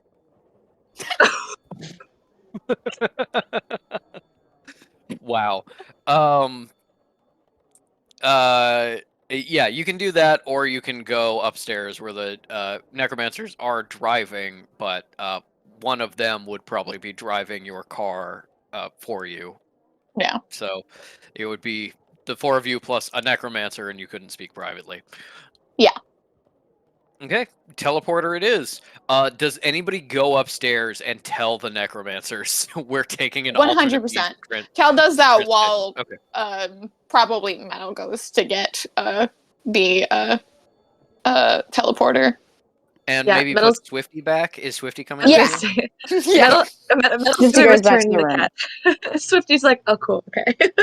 And then I get our guy and I'm like, hey, Hi guys. see you downstairs. Let's say We've that got the while wine tasting. Yeah. Oh well, we're changing gears. Wine tasting might need to be rescheduled. Maybe after. I don't know. But yeah, come with me. All right. Sure. Yep. Go and What were Fish you has singing? Fish has put Swifty back while Metal goes to get Kessel. And so So Jamal's just spiraling by himself. yeah, fuck that guy. No, Fish has left Kekano with him to be like, as a sign of goodwill, like, here, you babysit my boy for a second. I'll put the cat back. And then to Swifty, like, okay, be good. Do you have enough food? How you doing? I kind of might like you now. All right, goodbye. I do have Be enough good. food, but I should have more toys. Oh, a toy? What can I get you? Swifty got, Kekino got me this ball of fluff that he found under the cabinets, but I lost it, and so I need a new thing to chase. Okay, well, in the same vein, Fish takes it out in their pocket. They have still the little fucking pouch that Jonas used to store the crystals, empty now because the crystals are in Mortartol's / Jonas's body. But the pouch, and they've forgotten what the pouch was, and so they go, "Here you go." That's hers now. Excellent. Okay, we'll see if that has any negative effects. No. Swifty Don't kill turns my into cat. a god. Yeah. She's allowed. Swifty's actually the mole. Just saying. Okay. I said to myself I would roll 3 times. The lower the number, the worse outcome. The higher the number, the better outcome. That Patrick, was no. a 1, a 3, and a 13. So All right. Swifty, For the pouch, yes. I've killed the cat. Swifty jumps into the pouch and is digging around and playing, and then you hear as you're leaving the room just kind of like, and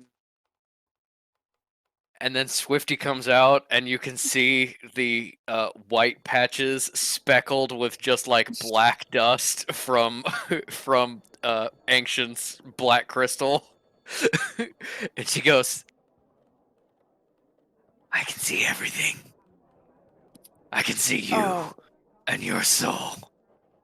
I can see Jonas, the end of the world. The name engine.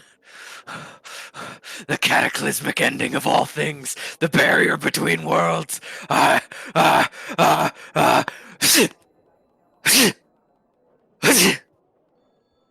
Oh. What was that? My Oh. Fish scoops her up and like dusts her off and gives her a fucking pat and holds her close and goes, what the fuck? Oh my I god, am that was so the strong sorry. catnip. Oh my god. Oh. Oh. Kekin always saying don't trust catnip, and he was right. Oh. When did Kekino do catnip? Oh. Oh.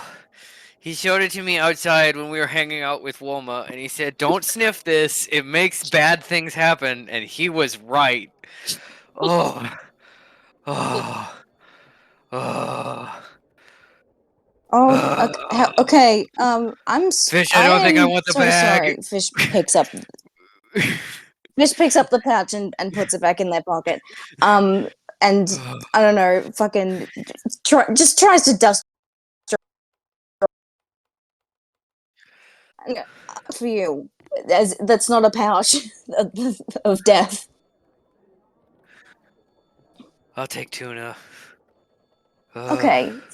Fish, Tuna from the hold on. cafeteria. Swifty will be played by Cyndaquil. Oh, Fish Cynical's cute.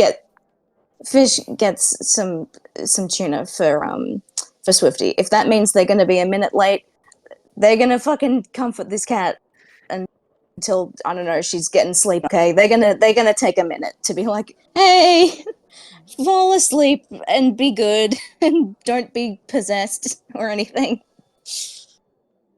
Yeah, Swifty is coming off of her high, and you give her some tuna, and she's just like, oh my goodness.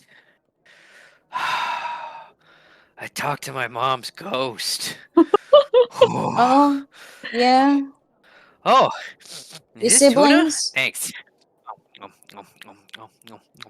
My Oh siblings, wait, no, your they. siblings. The ghost leader took them. Yep, sorry, forgot the rules of the. Yeah, I got it.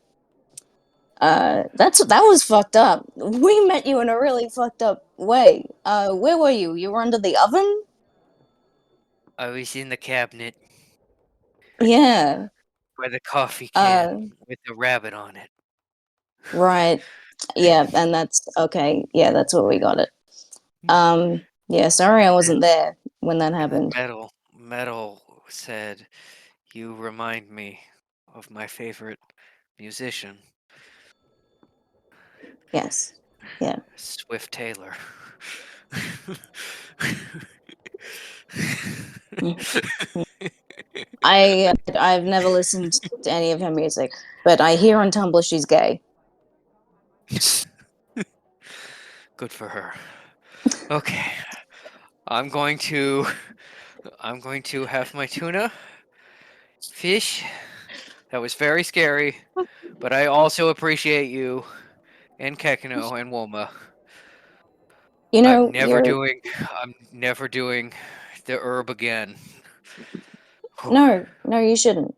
And hey, Swifty, uh, even though I'm not really one for cats, you are, Kakano's little sister. The way that, Metal's like mine.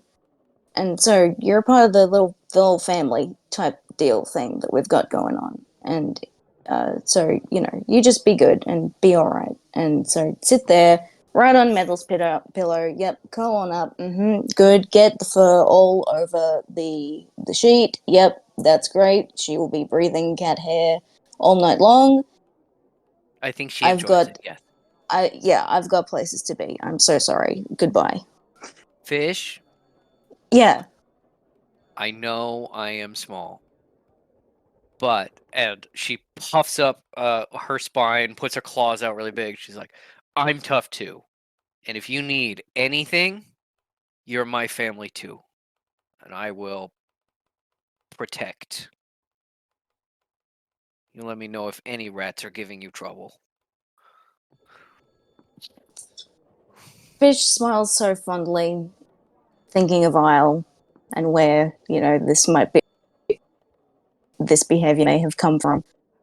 And, A lot of and Kekino, goes, probably. Yeah. yeah, A lot of Kekino rubbing off on yeah. Swifty, a lot of Kekino, and a lot of I think metal and probably parts of Cal that Cal doesn't like to acknowledge. Um, and yeah, you teleport away. You the get to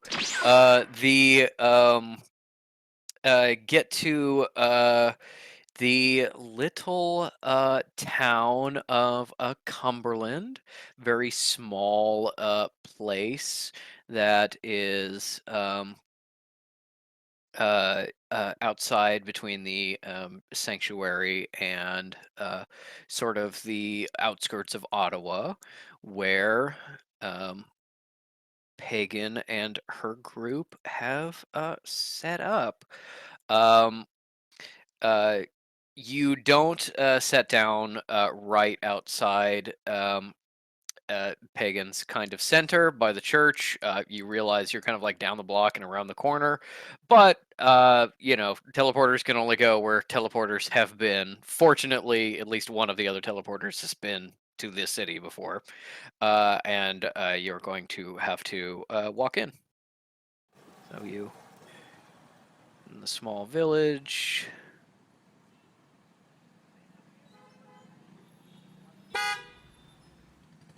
And We're working here. find yourself.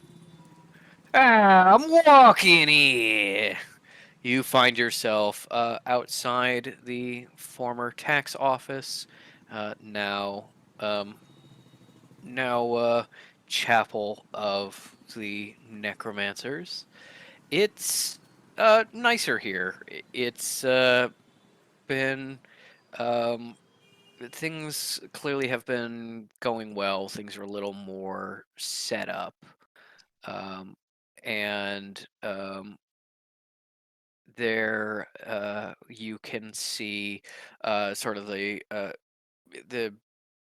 calm bustling through the windows of people uh, working inside as you approach, and you know that Tinnitus and the others will probably be here in like 20 minutes, so you got some time.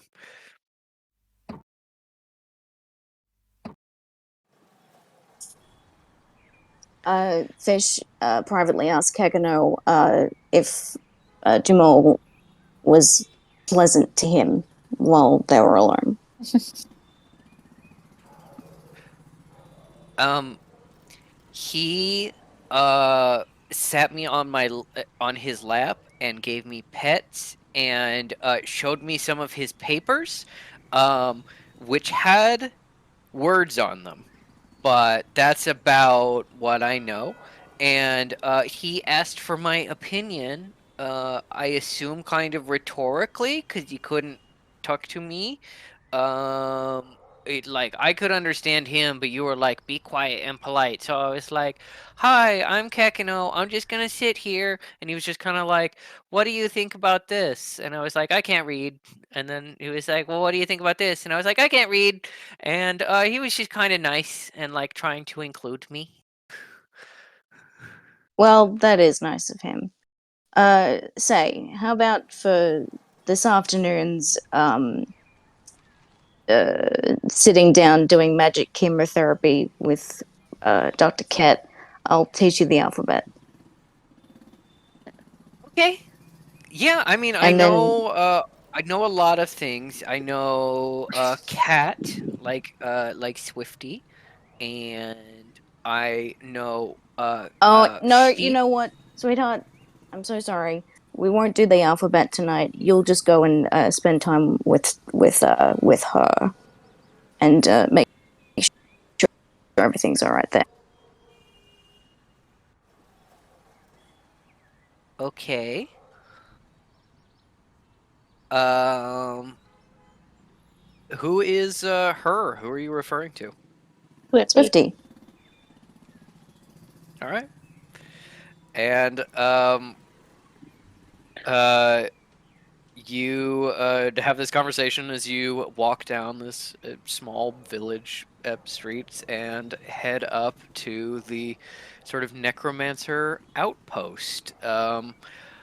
I think we can kind of abstract until Tinnitus and the others get here. What are No, I'm you sorry. trying to accomplish at kind of free time? Mooney, if Cal wants to have conversations, I'm so sorry. I was just going off talking to the animals. No, No. I'm good. Cal is, I think, the only thing I'll add for the abstract is Cal. Maybe somebody would count. Cal's like, I cannot believe that these three people are willing to spend time with my fucking shitty ass family for some reason. Metal's like, is my dress okay? Wish it was black. Yeah. Metal is like going through the horrors quietly by herself. Mm-hmm. Mm-hmm. She's like, Look, oh god, I bought I all think that if she's stuff. keeping herself sufficiently distracted, she'll be okay for now. For Mm-hmm. sure. Yeah, she's actually Yeah. happy to have something to work on. It's Hmm. like finally someone else's stuff. That's not my stuff. While they're walking, Metal will just be like, "Hey, I bought you guys some things, so we can do a little haul later." Oh, When I was out shopping, so oh, you that's went That's exciting. very shopping? sweet. You went shopping Yeah. Uh-huh. instead of your appointment? No, I also went to the appointment. It was just very short, so I went shopping. But anyway, I'll show you All that right. stuff later. Oh, Yeah. okay. All right. Well, hmm. Wow, that looks nice. She points to the first thing that she sees. I don't know what it is. Give me a perception check.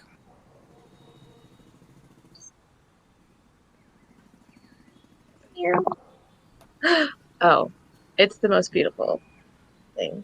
Hold on. It's uh you. Oh, 22. hell Okay. fucking yeah.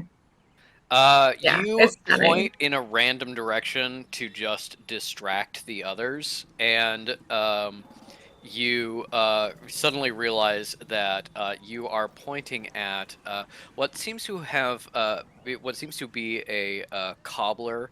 And if you look through his window, the way the windows line up and reflect off of building behind them on the next street, it creates this beautiful rainbow pattern. And you're just Oh, like little mysteries. It's always it's really nice here. And you found something that's actually pretty to distract the others. Mhm. There's always something, you know? Wow. You've got a good eye for these things, Bill. weren't you all Thank, playing I thank you. Spy on the train? Oh Yes, we yeah, we can were. play that while we walk if you Another want. another reason for you to learn I the alphabet so that you can actually participate. Yeah, I was playing slide back and forth along the floor Hmm. with Io. Yeah. Mm, yeah. Well. Well, Mhm. And I she spy does a this rainbow. very like loud, pronounced sigh, and then sees if Jamal's paying any attention. Jamal is kind of watching you. It looks like he did get distracted for a moment by the nice rainbow, and he rolled kind of shitty on his insight. So I don't think he notices. Yeah, yes. Okay. Gotta keep well, up that narrative. despite the I Spy uh, suggestion, Fish is just going to go a bit quiet. Like they'll participate if that's what medals. If she goes, I spy Hmm. something starting with G, they'll go grass. But like that's it. Yeah, I I'm think she okay with probably is also. like, yeah, I they was gonna are say I'm playing I cool with. Spy as they walk. Yeah, they spy, and then I'm cool with just fast forwarding to Tinnitus's car coming in.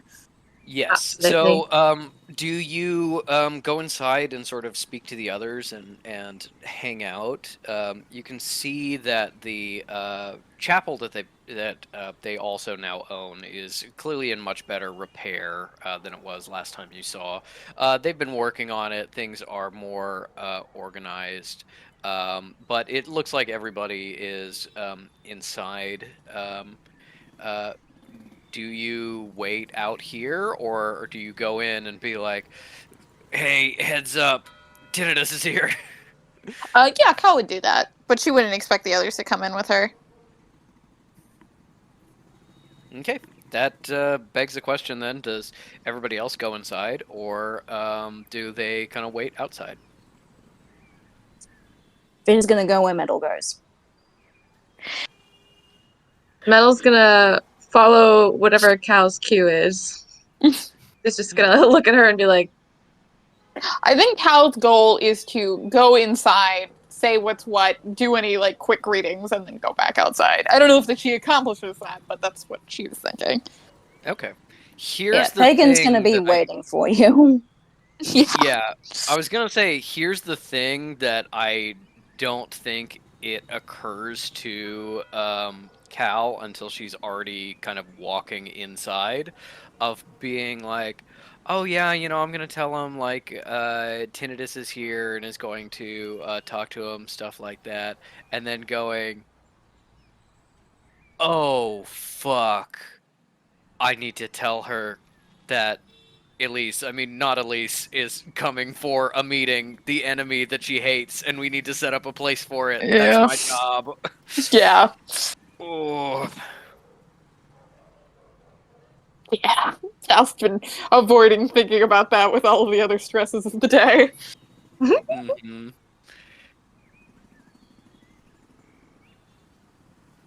But yeah, no, she walks inside. All right.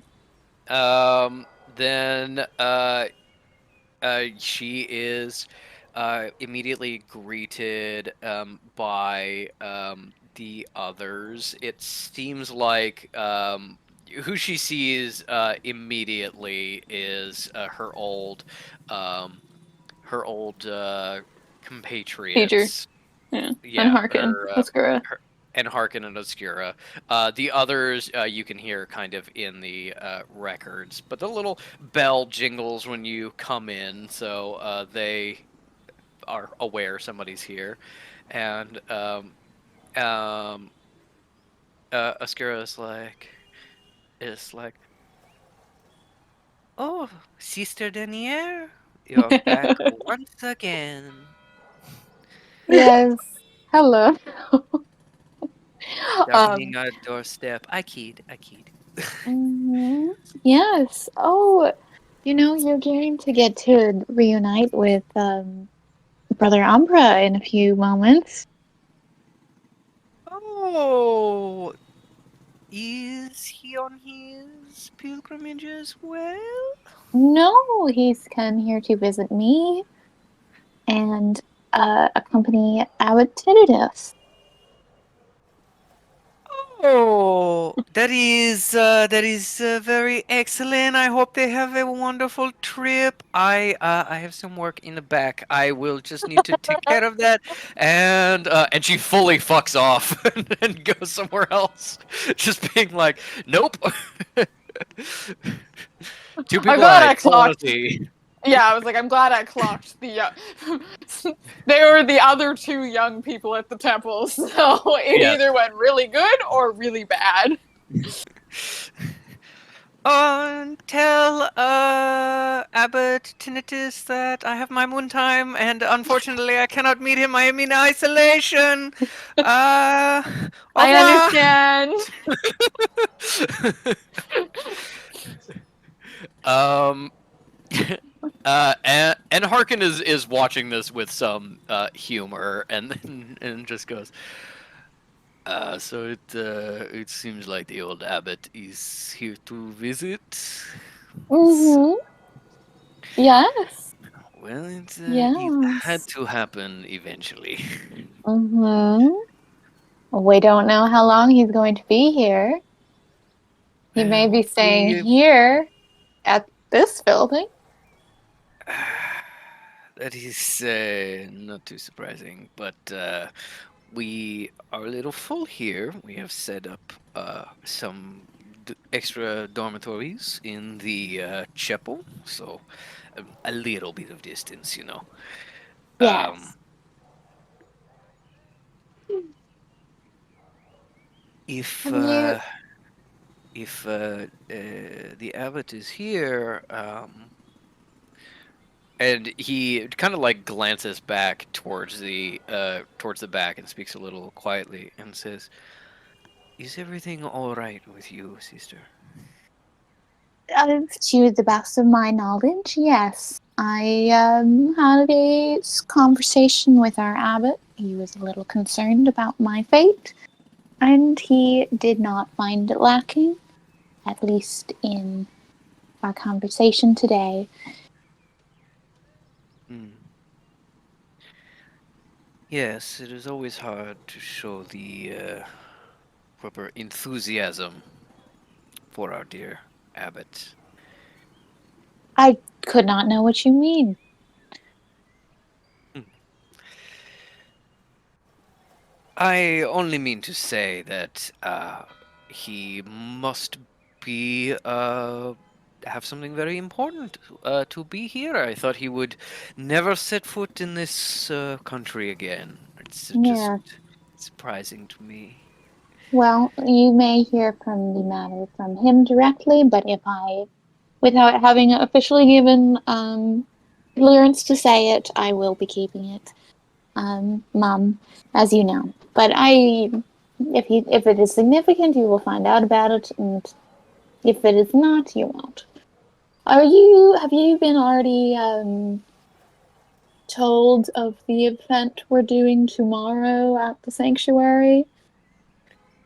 Here's the question: did you tell Pagan or any of the others?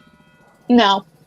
Yeah, I think Cal has genuinely like in the with Tinnitus saying he was going to go and that whole situation, I think Cal probably hasn't told anyone and has made no arrangements. So Yeah.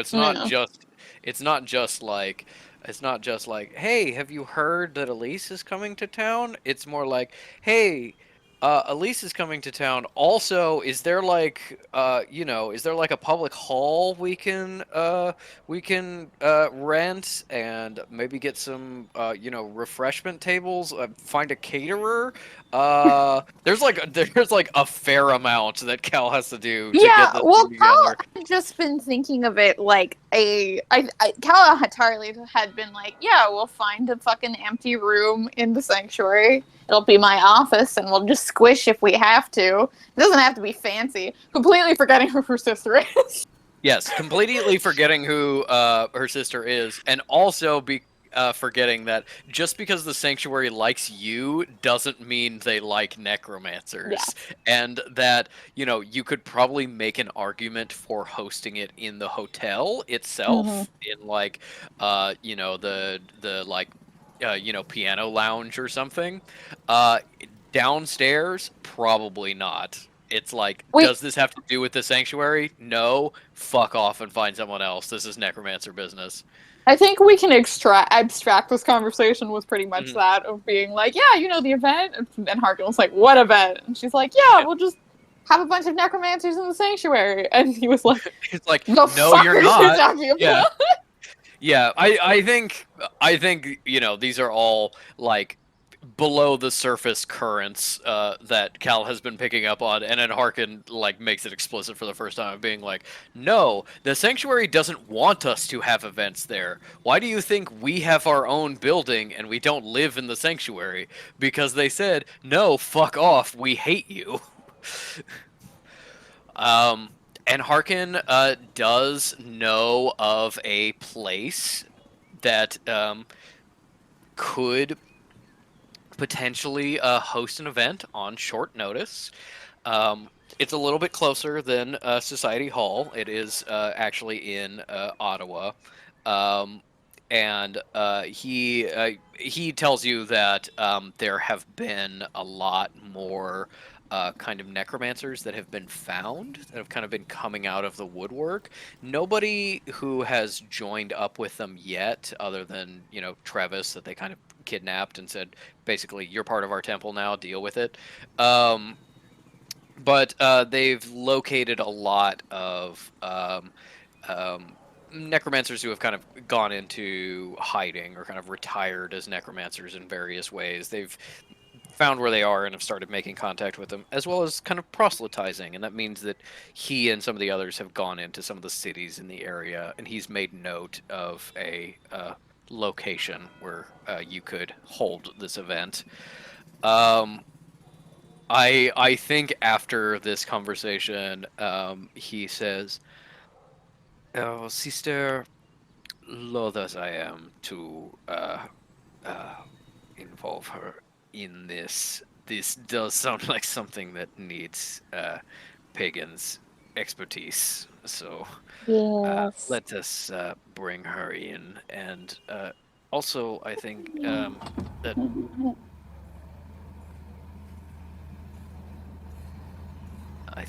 that might be them now." And there's just a little you can kind of hear the car pull up across the street. Three of you waiting outside see Tinnitus and the gang show up, and looks like you're gonna have a big old meeting.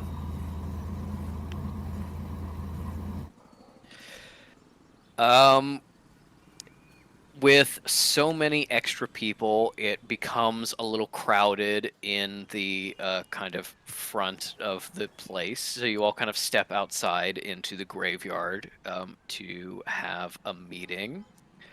Um, Give me, I think, an insight check for kind of pagan and tinnitus.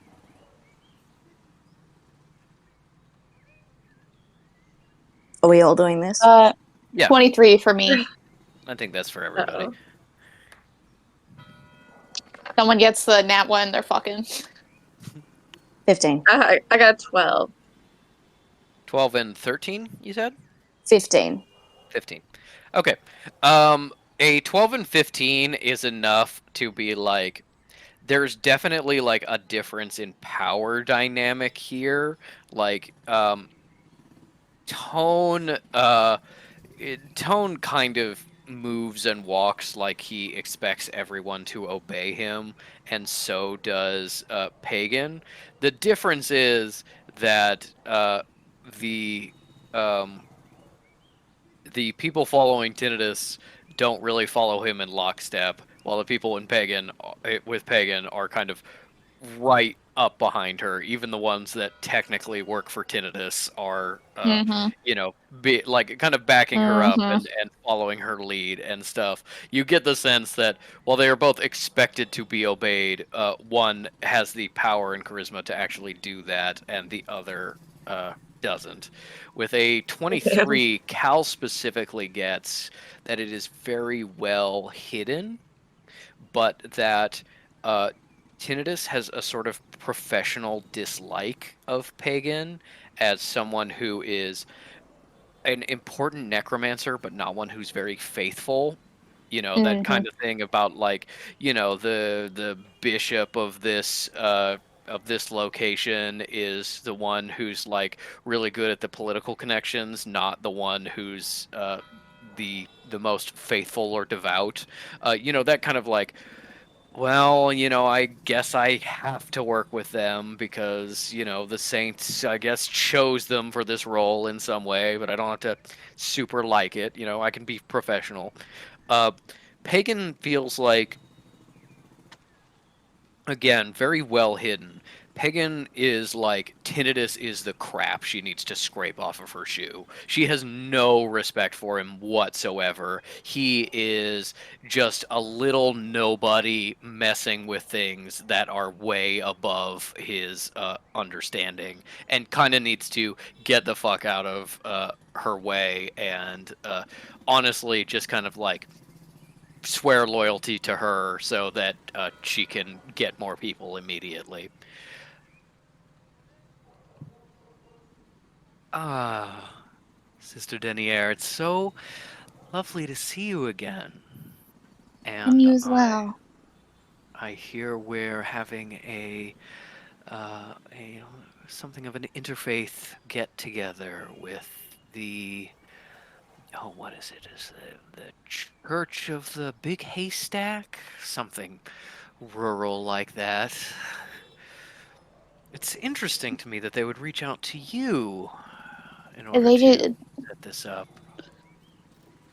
They did not reach out to me as well. They reached out to a member of the sanctuary, and I was informed through that. Ah, I see. Well, it's very difficult with split loyalties to the faith and to the sanctuary. Um, but I Question. suppose we will all have to just make do. And Harkin informs me that we have a potential location. I think we need to arrange some other necessary details. Yes, I'm not much of a planner. Not for gatherings. I I will take any guidance I can get from you. Mm. Well, fortunately, I am. Sister, it's Beliala comes up, and Oh, is she the quiet nerd one? the very quiet one, and Pagan is just instantly uh like, um take the car, go to this location. You're going to set up here. Talk to this guy. Remind him of the favor he owes me. He's going to cater. I want you to scope out these 3 hotels, and you're going to establish those. One of those is going to be a base of operations. Whichever is shittiest, we give to the other church. Like, it's instant. Like, instant. I already know exactly how this event is going to go ideally, and I'm taking care of it. And I think Cal realizes in that moment that if she has no input in this Mm-hmm. whatsoever, there are going to be a lot of problems because Pagan Yeah. fucking hates Elise with every Yeah. fiber of her being, and it is not unlikely that Pagan is going to set up a trap and kill your sister in some way Yeah. if Cal is completely uninvolved. Yeah, Cal's gonna be like the proper the proper title would be something like Your Grace, right? Yeah. Yeah, she'll be like, Your Grace, I understand that this woman is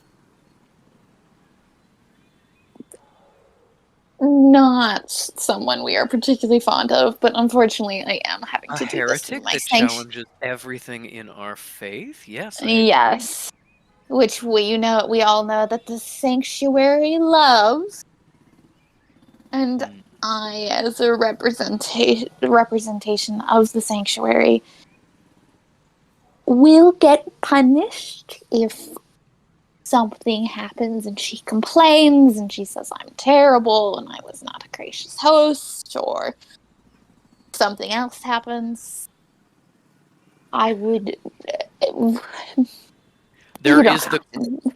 there is the quickest eye flick of you to Tinnitus, who just like raises an eyebrow, like, "Are you gonna push it?" And then focus back to you, and then, of course, I understand completely, sister. I will make sure things go smoothly, but of If it is course, too much, if it is too understandably disgusting to have to deal with her, I am very used to dealing with unfaithful, undesirable people. well, I think that perhaps you think you have a little bit more experience than me, but I'm not sure if your sister told you about her pilgrimage. Only a little. Her letter stopped fairly soon. Well, I I understand. I understood Sister Tithe in a way that I think few others have, and I can understand why she would want to spare your feelings. But our campaign on the coast was to. Oh, very distracted. Okay. Ink is like, I shouldn't be looking at chat. um. All right. Um. I'm sorry, but Our also I'm very proud that you laughed. So whatever. I try to keep. I do read the chat, but I try to keep it internal. That was very distracting. um. What was I saying? Um. I understand why she would want to keep it secret from you to protect your feelings, but our campaign along the coast was to integrate or annihilate a number of heretical groups that had split off from the faith previously. So Mm-hmm. I have quite a lot of experience with heretics, almost entirely in crushing them. Yes. Again, it is because it is sanctuary associated. I don't believe we are allowed to do any crafting.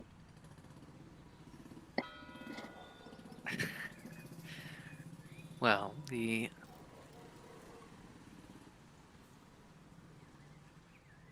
thing is, sister, that such action need not be direct or immediate. There are many pieces to put in place until action is taken. This is just an opening move. All right. And see what happens I afterwards. would, I will say for my sake, and also for yours, I know that you two have established a frosty connection, and if I have something that seems more neutral if I cannot fake warm. She may be more inclined to share information with me than I can in turn share with you. Both Tinnitus and Pagan kind of like look at you very strongly, and I think even just with passive insight, all of you can see Tinnitus being a little concerned as you're kind of like taking a step kind of dangerously into um, politics, Mm-hmm. and but Pagan looks you in the eyes for quite a while. I want you to give a persuasion check to me. Not deception. No. Okay. Oh God. Oh, that's 6. I think this is with advantage. Oh, thank God. Yeah. I was about to say. Christ almighty, I was like, I'm gonna die. One shot's not canon because I died on the spot on Wednesday. Yep. That's not a lot better, but it's a 13. Okay. So with a total of 13, Pagan looks at you in the eyes, and I think it's a little. You don't see my eyes, yeah. motherfucker. No, but it is obviously like glaring at your eye line, and I think in the safety of your veil, kind of like, wow, this is intense eye contact. Gonna look away for a moment, look back. Okay, nope, she's still looking. Okay. And then she reaches out and puts a hand on your shoulder and says, I think that is very wise, sister. Yes, I think that will work very well. I will follow your cues. And I will not step out of turn. I will only act on what you think is appropriate. And of course Abbott Tinnitus as well, who will also be there. Of course. Yes, this will be quite a meeting. But of course, you don't need to convince me, sister. I don't question your faith. It's like, damn, I got shooters? Yeah. No, it's I think with the high insight you had before, I think you get the sense that like Pagan has realized that you are useful and is going to purposely try to like in a way she's already kind of started, and the way Anne Harkin warned you she was doing with him and Oscura, kind of like box you out from Tinnitus and kind of like shift you over to her side to I become was one like, of her girl, people. why is everybody acting like they own me? Yeah, I mean, this is a power play, but yeah, I mean, there you didn't roll well enough that she's like, yes, you will be my little agent, but she's definitely like, you get the sense of like, I see your value, and I am actively going to try to cultivate your skills now in a way I may not have before. Okay, cool, yay! Kel's like, can I not be the focus of this conversation anymore? Like, desperately being like, you two talk, I leave? Oh, of course, dear. Beliala, if you'll go with her and see to those arrangements. Oh, I'm doing that now. Oh, all right, okay. Just kind of like walk away and then be like, okay, so like, are the others getting a ride with Tinnitus? What's happening here? Yes. um, uh, Pagan uh, looks at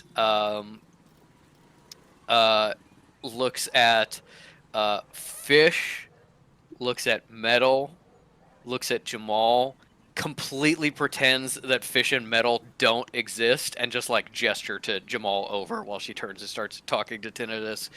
And as Sorry, he babe. comes over, is just like, You're the research assistant, yes? New notes? Thank you. Yes, you can go. No, come back. What does this say? Yeah, okay, fine. And just like has a little powwow with the others where she is completely ignoring people that are now her mind is clearly moved on to something else and she is kind of ignoring you. I am going to roll a sleight of hand check with advantage for Jamal. Oh my god, buddy. Baby boy, baby boy. I know I gave you really bad dexterity, but oh. Baby Oh, okay. boy. Um when she grabs the papers out of Jamal's hands, he trips a little bit, and inside his jacket, he exposes some more papers that he was holding back that slides out a little bit that she notices and takes as well. The things about Elise were totally locked away and not here, but this is stuff that was like kind of like unconfirmed rumors, things he was still working on, things that hadn't gone through like Cal's approval process to be given to the others. Gotcha. He with disadvantage, he rolled a 1 and a 3, which means Baby. a -2 and a 1. Baby boy. You gotta step up. If you want to take a ride with me.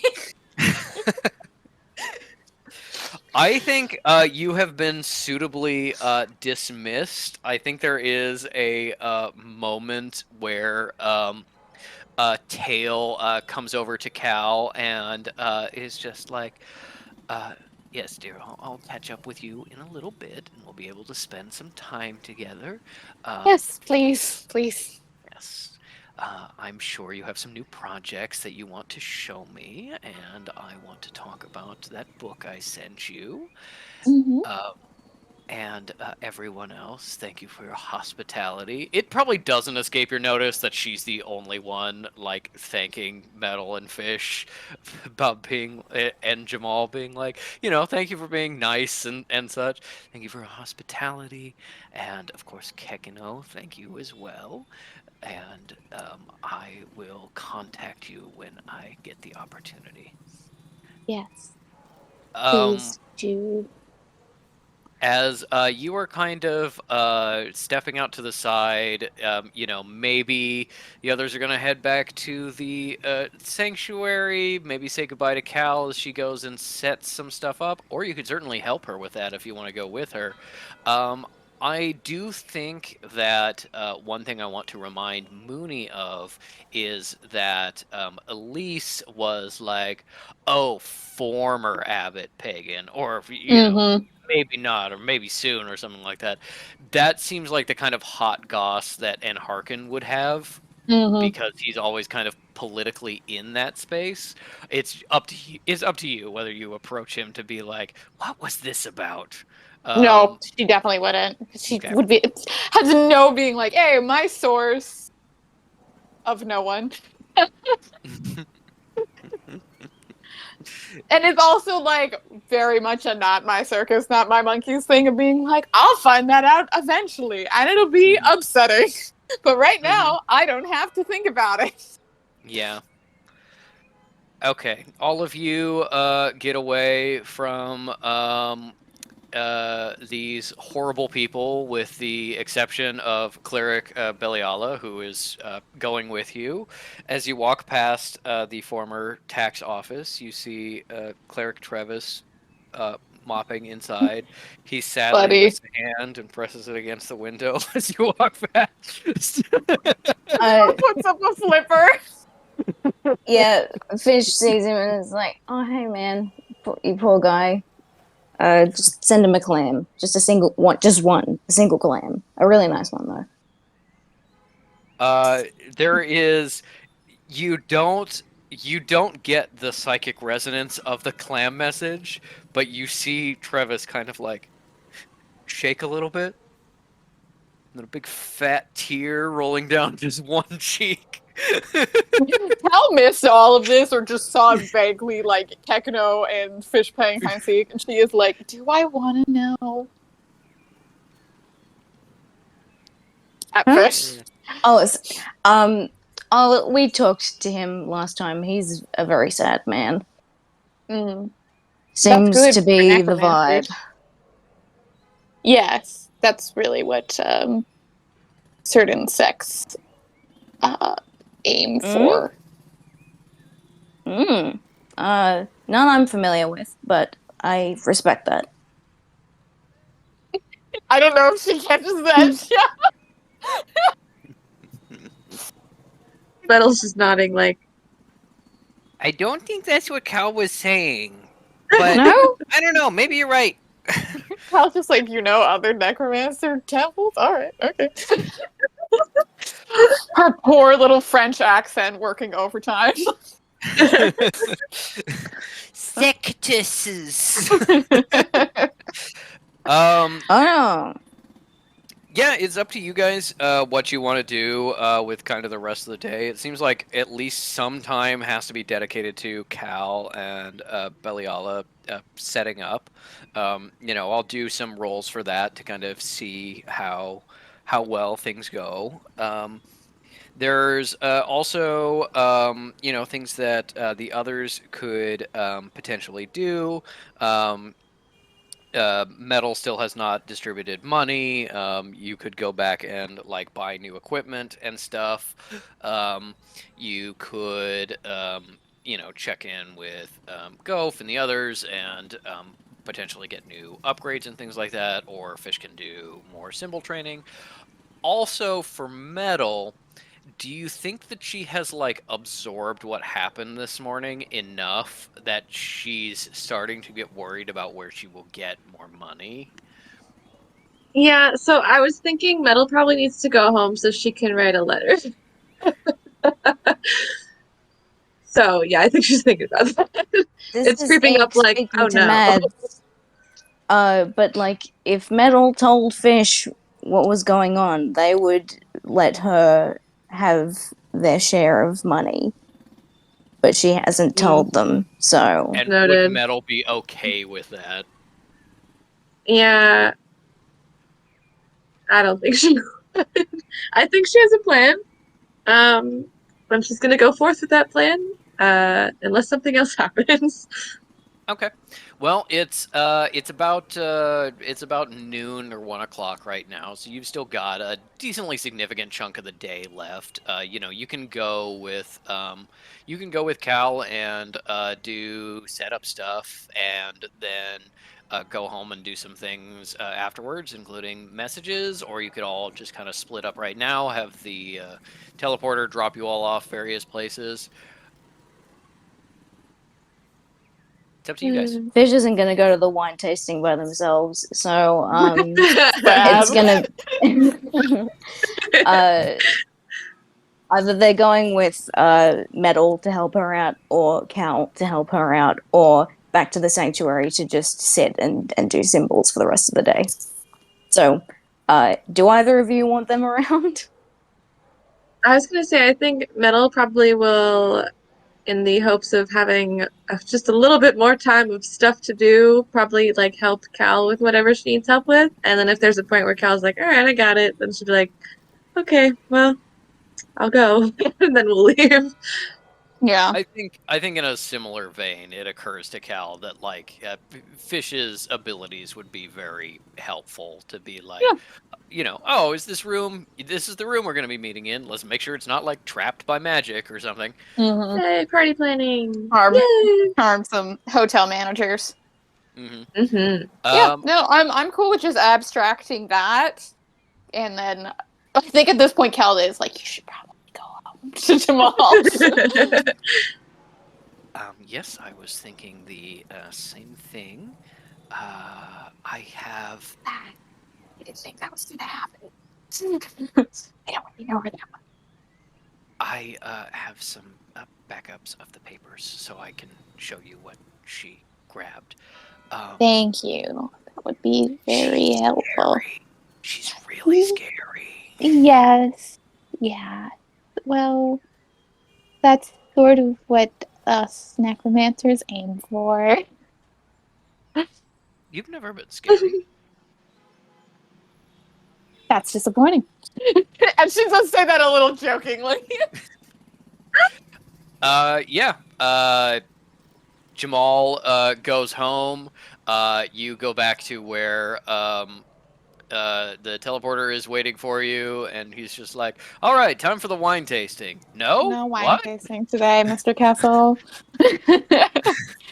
Mr. Castle, if you want to go to the wine tasting, you're by yourself. You're free to. Yeah, you can have our ticket if you want. We're not using it. You take friends as long as you come back when we need you. Yeah. And don't be And drunk. about how long will that be? Oh, this my current work. I'm not sure. Perhaps about 3 hours. The exact length of the wine tasting. Mr. Mel's like, "Should we let Castle, him?" you've been doing good work so far. As long as you do exemplary work for the rest of the week, I will say that we just didn't need you for 3 hours. Cleric Denier, I aim to please. Detective Vaunt, I'll take that ticket, thank you. And you were heading into downtown Ottawa. Okay, and And drop, and you'll need to return Mr. Tractate to the sanctuary. of course, got that. And who is this spooky little woman? Little goth. What was her name again? A Beliala. Belly Alla? Hmm. Okay. After Belial, the demon. Ah, cool. Like, Gother than cow. Yes, She's being shown gother up. than goth. Just like this is Cleric Beliala. She is from a local temple. She'll be assisting me in a project. And then she's gonna be like, "Why the fuck do you care?" And roll insight. You think she's cute? She don't want you. That insight's a 14. 14. I think that you're looking at Kessel.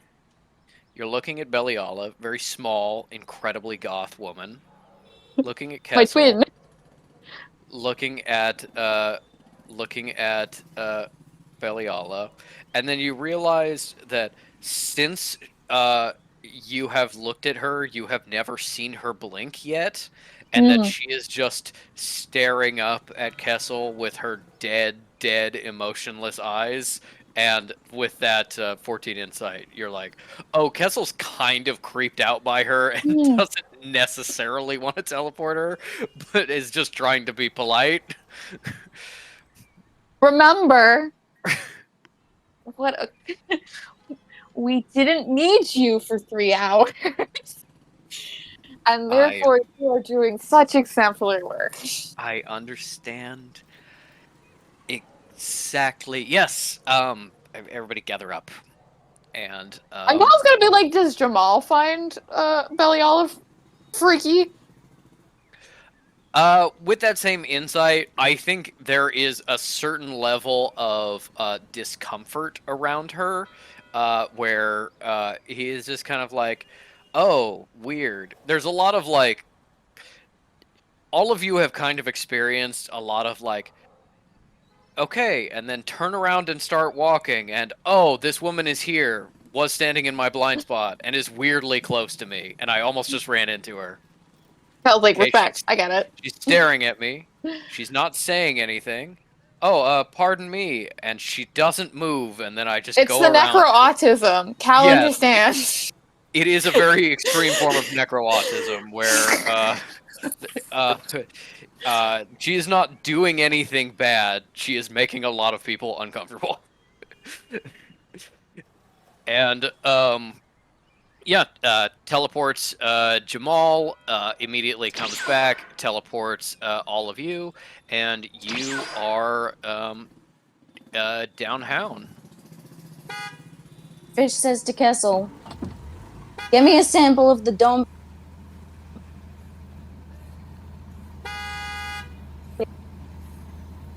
Oh no, Ink, you're cutting out for me for the first like real time. Enjoy. Yeah. Damn. Wait, no, you're. Oh, damn. They caught up there for a second. Yeah, Who's honking? Good God. you're in the city. Rude. Walking here. How's that? Walking here.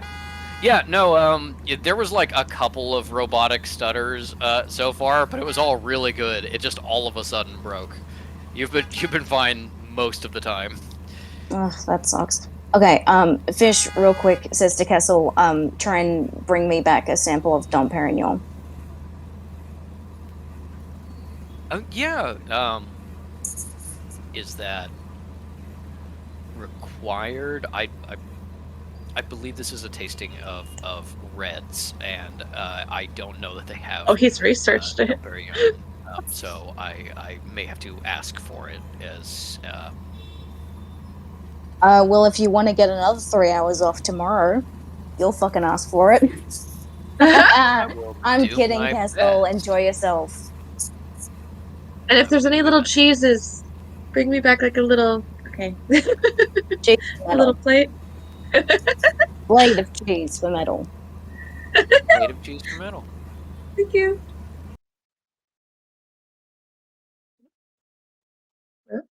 Sorry, I need to fix this real fast because it decided to die. Too much honking. Yeah, too much honking. Overloaded the system. Overloaded the The honk traffic. system. Traffic was crazy. As Kessel disappears, you are in front of a what genuinely looks like a Freemasons meeting lodge, something of that nature in the city. Public space associated with a group, but clearly like for hire for events. And I think we will abstract from there, getting ready and setting up. Since you are all helping, I want each of you to give me a persuasion check, a perception check, and a... What else do I want? A performance check. Yeah. Nice, the 3 Ps. Yep, persuasion, perception, performance. And I guess we'll do it in that order. Persuasion is 21. Where the hecky did that dice go? Where'd you go, dice? I guess I will get a new one. Wow, Might have terrible. kicked it under your shelves. Probably. Yeah. Okay. No. Fish got a terrible roll on persuasion. That's unlike them.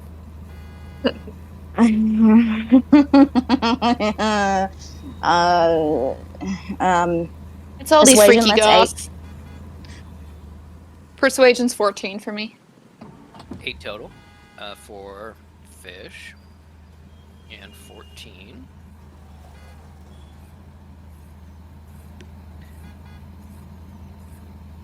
All right. Okay. That gets you all in the door, gets you chatting with people that own this building, get a lot of the kind of initial paperwork set up, and when it comes to payment, Sister Beliala silently takes out a checkbook associated with the Necromancer mission and writes checks for anything that needs to be paid for. Even people that are like, "Oh, we And don't little take." skulls on them. Yes, they do have little skulls on them. And even people who are like, "Oh, we don't take personal checks." She just like sits there with the check held out, staring at them, and then they take it. Um, I love her. She just like me She's for got real. she's got real Marianne Scuttle energy, and I like Yeah. that about her. yes. No, she has dumped absolutely. Charisma is her dump stat. Yes. It is entirely possible she doesn't speak English, but she is from the American temple. So, um, that gets you also in with the people running the hotels in the area. You check out most of the hotels, and we'll see how that resolved based on the perception roll. 17 for perception. Dirty 20. Woo! I know the hotels around here. I know all of the Yeah. buildings around here. Perception A lot 10. of person staycations. Mm-hmm, mm-hmm. Wow, same number. Okay. With that high of a perception, you you know these hotels. You go through the area, you chat to people, you're like, "Oh, this one looks really nice, but they don't clean the beds really well." They you got that insider information. You really talk to people and you glad hand, and you arrange essentially a floor of rooms in 2 hotels to be given over to the group. So one hotel will be for Lisa's party, and the other will be for Tinnitus and Pagan. And this is clearly like you've managed to swing like, oh, this is the floor that has like the business center and the gym and stuff like that, of being like, meeting rooms and like work rooms and stuff like that. Cal only has sort of like a general sense of how many people Elise is bringing because she's not very considerate. So you're just kind of like planning for a large group of people, and if it's too many rooms, oh well. If it's too few rooms, then they'll double bunk. And there is some other things Did that she you mention noticed. that there might be children?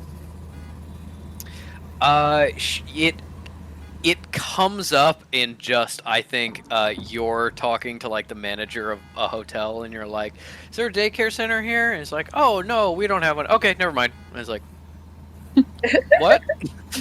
Yeah. And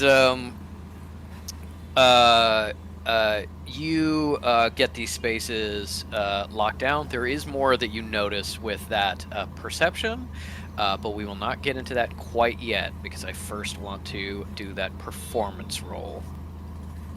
Performance 12. Or sorry, performance 13. Say, or 7.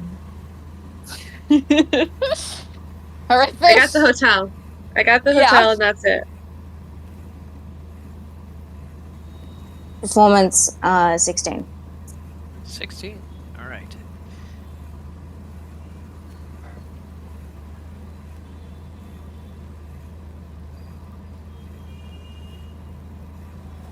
All right, cool. With those roles, it's a little bit harder to get catering to agree, to get kind of the setup, the hors d'oeuvres, and things like that. Get that all kind of squared away.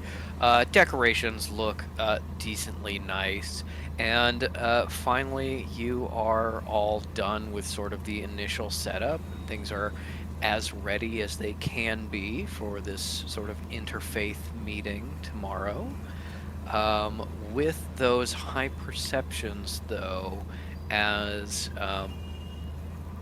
you are going around kind of the same part of town. It's almost subconscious rather than conscious at first. This is the same part of town. It makes sense you would run into kind of the same people in a small area.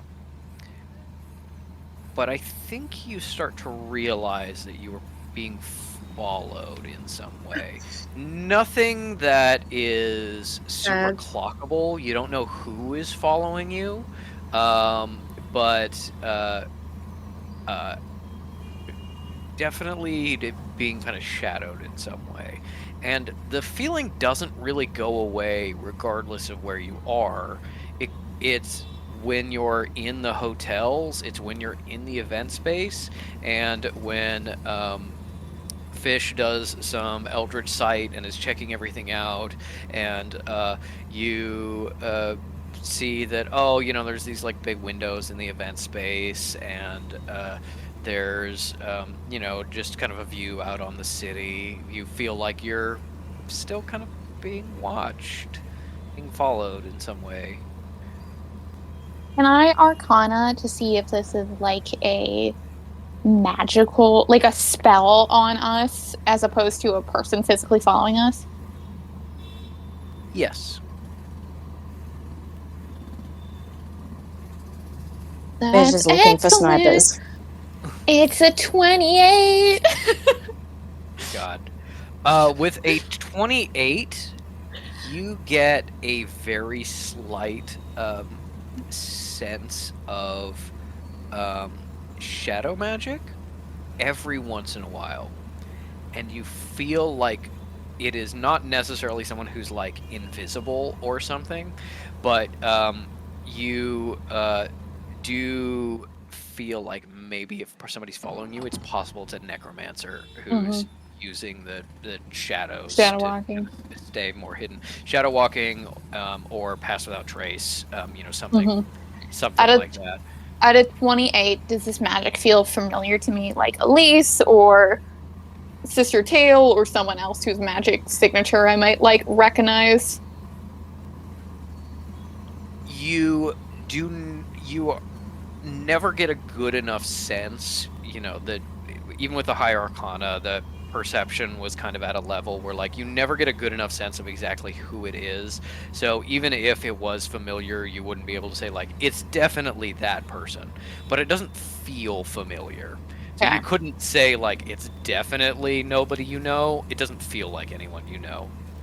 Right. And since Fish was looking for snipers, give me a perception check with advantage. Don't care for that.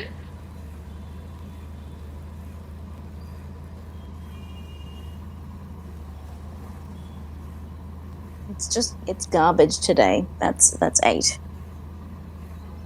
With advantage? I rolled a 2 and a 6. Wow. I think that with an 8, there is a shine you notice on an adjacent rooftop, and then you look back and there's nothing there, and you can't be sure what the sun was reflecting off of. Where's Cal at this moment? They're staring Probably at they're looking at the. Probably in the same room as you, maybe like figuring out table arrangements. Okay, they go over to her and under their breath sort of say, I don't think you should be doing this. Doing what? Checking the tables? This whole thing. It's no, not the tables are fine. This whole thing, something about it is seriously off. There's going to be people here that I don't know. I've got the feeling, and I don't you like won't it know them for you. No, you get what I mean. What I'm trying to say is it doesn't feel like we've got the full picture. And I don't know, I'd rather know what the picture is at least halfway. I, That I'm worried. I'm thinking you might be, they might be out for you, something like that. I'm not very much not important enough for that.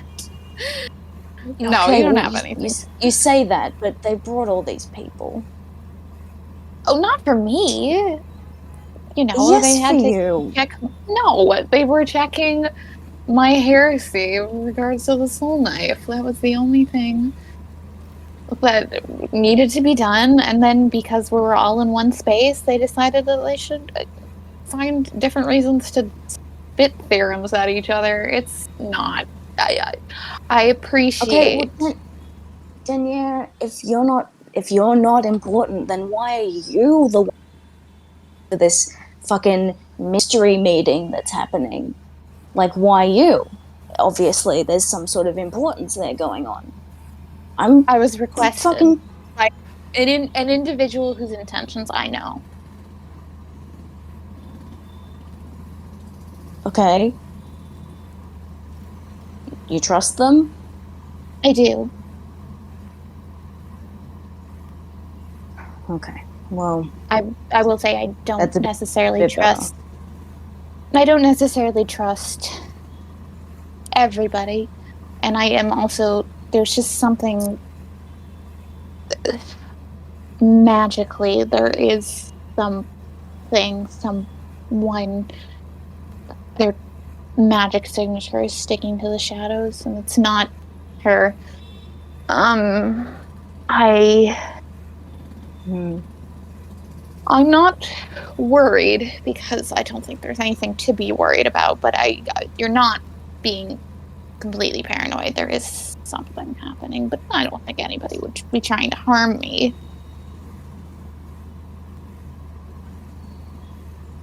They wouldn't really need to hide and be sneaky about it. If they wanted to harm me, they could just kind of harm me.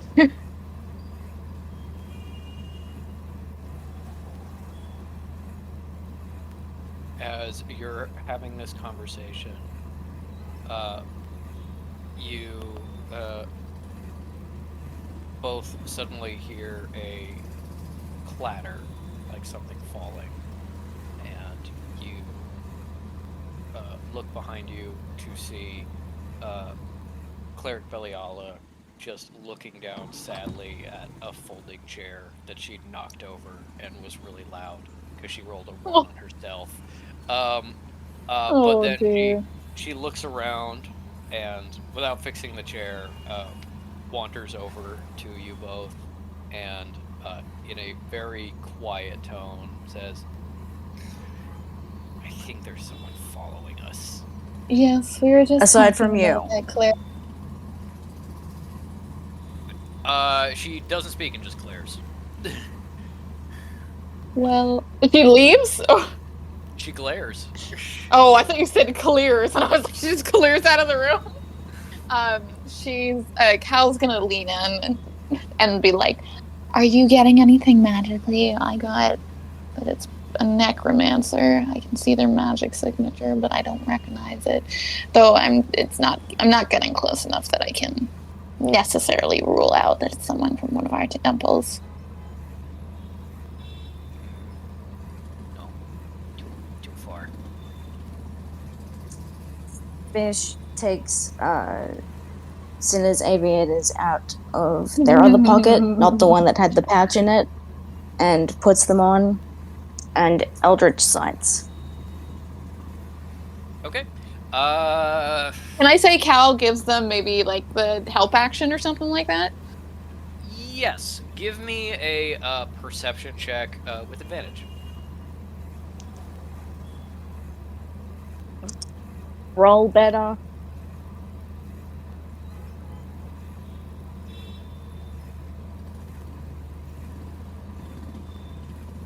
We got a nat 20. Guys, celebrate with. You're cutting out a bit. No, the Oh celebration no. caused it to cut out slightly. You got a nat 20 in what? You got a nat 20 and what? No, enjoy this and listen to the recording.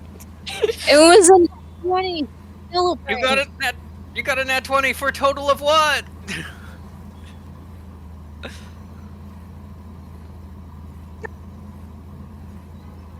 No! Oh my Christ. Speak to Been me. doing so good. Maybe turn.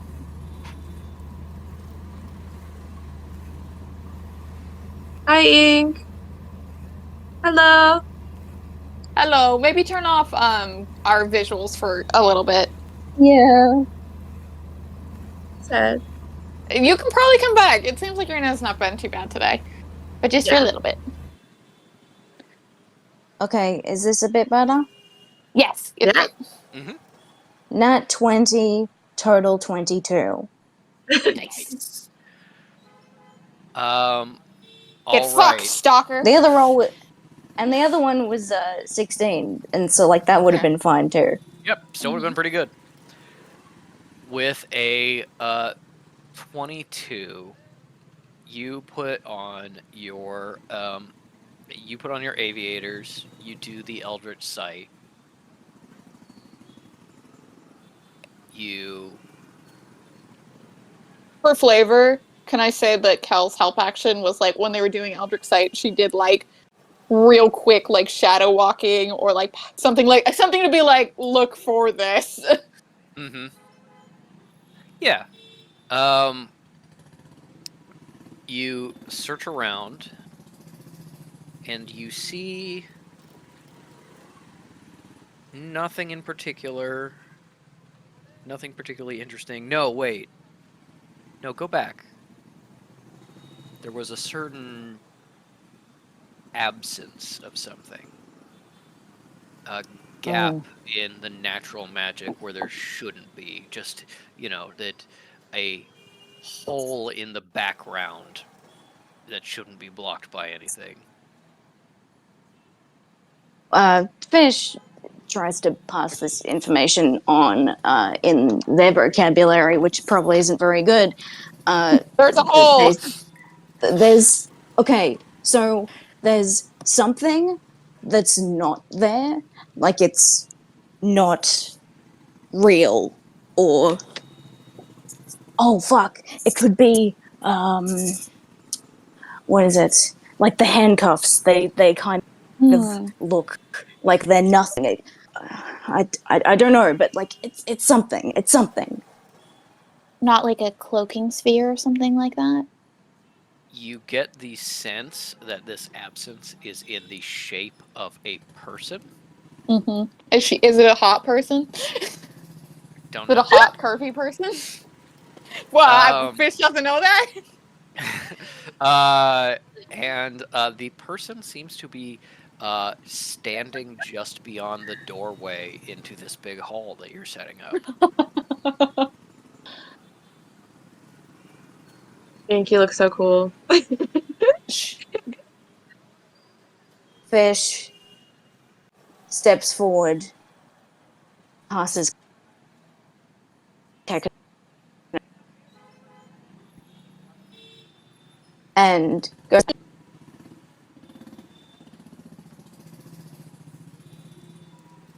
In your vision, the absence disappears.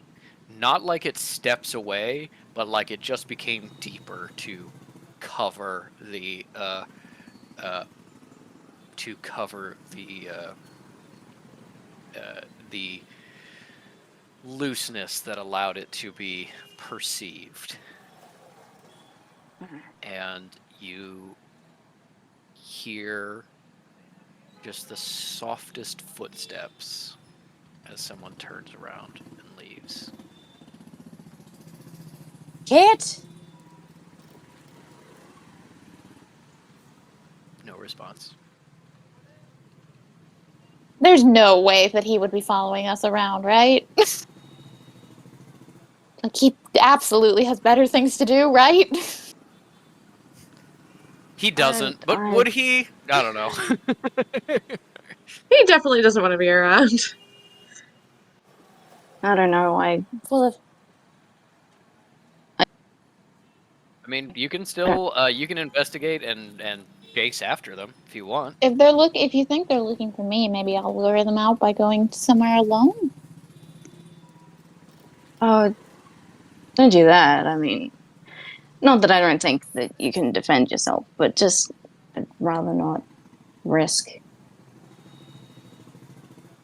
You all stay here. I'm just gonna go follow out. They put the aviators Alright. back on and keep following the trail. Be careful, because if this is a necromancer, there's someone I can't hide that way. As you head out, following this um, this figure, get out on the street. Mm. Don't see anything shadowy, but do see somebody moving around the corner really fast, completely uncloaked, unhidden by anything. Just Going right around the quickly corner. turning the corner, going right around the corner. Go. You you start running. You start chasing. You hear footsteps of the person you're chasing. You hear bumping into things, rattling of fences as it swings past, and Does this um, kind of not vision, but like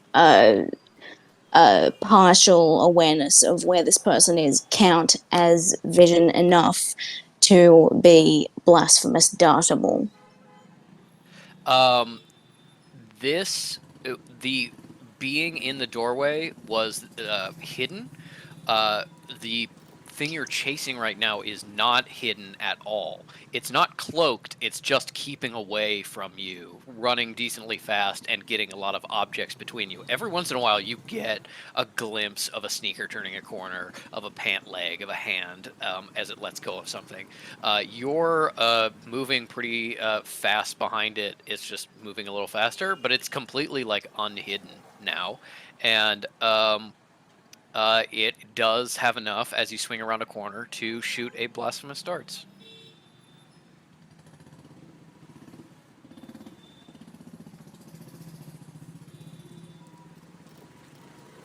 Are there people around? Do I have to roll for that, or like can my awesome 22 be like there aren't any people around?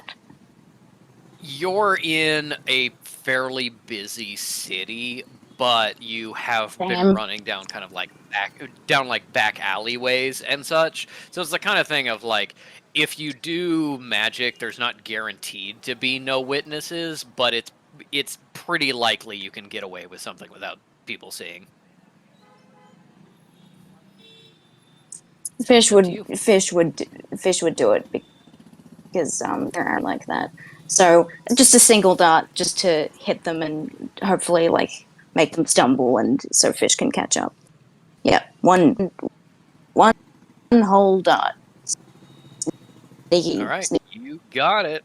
Roll damage on that Ew. for me. That's I'm just double checking because it did get better.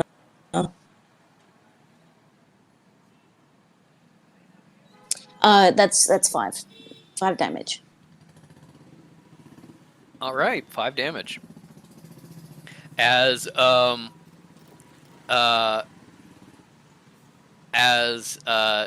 this person running from you swings around a corner, you see an ankle exposed for just a moment, and you just hit it with that blasphemous darts, just shoot it out there, and you hear very quickly, um, uh, fuck, as someone falls around the corner, and you Fish goes. catch up with where Yep. they are,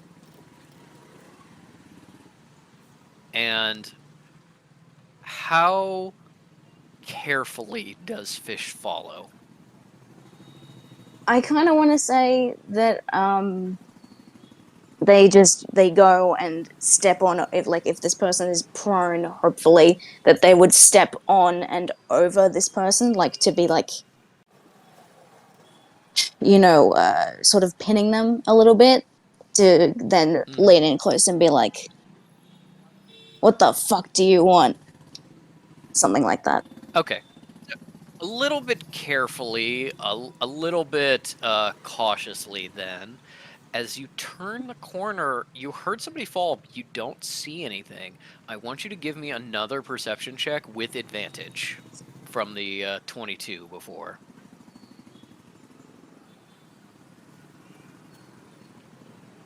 Okay, thank God. 21. Yeah. Okay, the other one I 21. rolled was a nat one. That's fucked. That is fucked. You look at this space. You're in the back alley. There's a ladder leading up to the roof, and this is where the dumpsters are stored. You see a little splash of blood on the ground, on the concrete in this corner, and nothing. And then there is just a little to warn you about the person who successfully rolled out of the attack and didn't fall all the way, who is hiding from you on top of the dumpster right before they leap. And with that forewarning, you are able to turn the tides on them. If you would please give me either a acrobatics or athletics check with advantage because of the warning.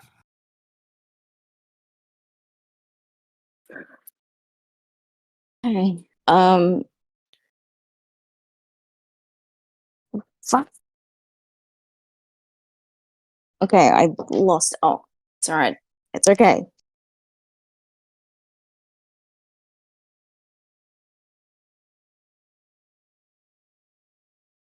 Um, Acrobatics and athletics are the same. It is 18 either way.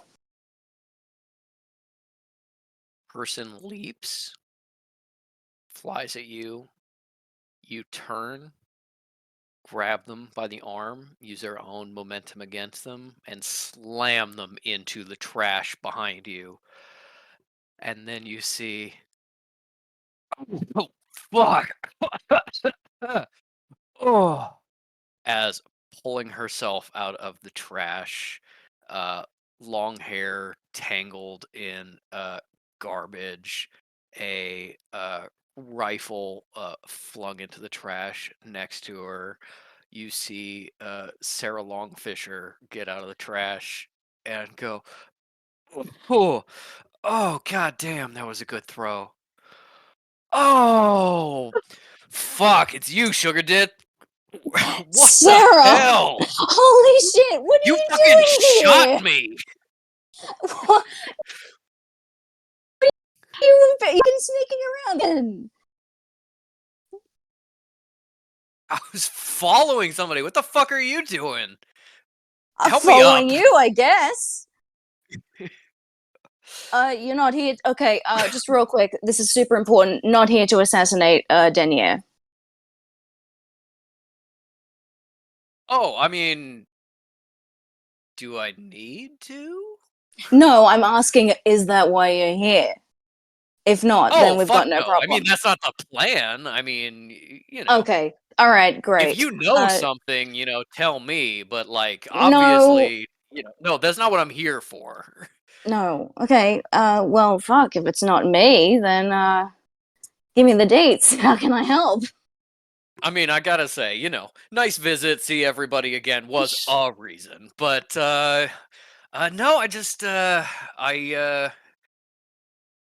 oh, this is gonna be hard. You remember yeah, I mean, you remember Martin and the Wendigo and all that fucking Hmm. shit, yeah? Yeah, Right. asshole. So yeah. So Martin is, gone.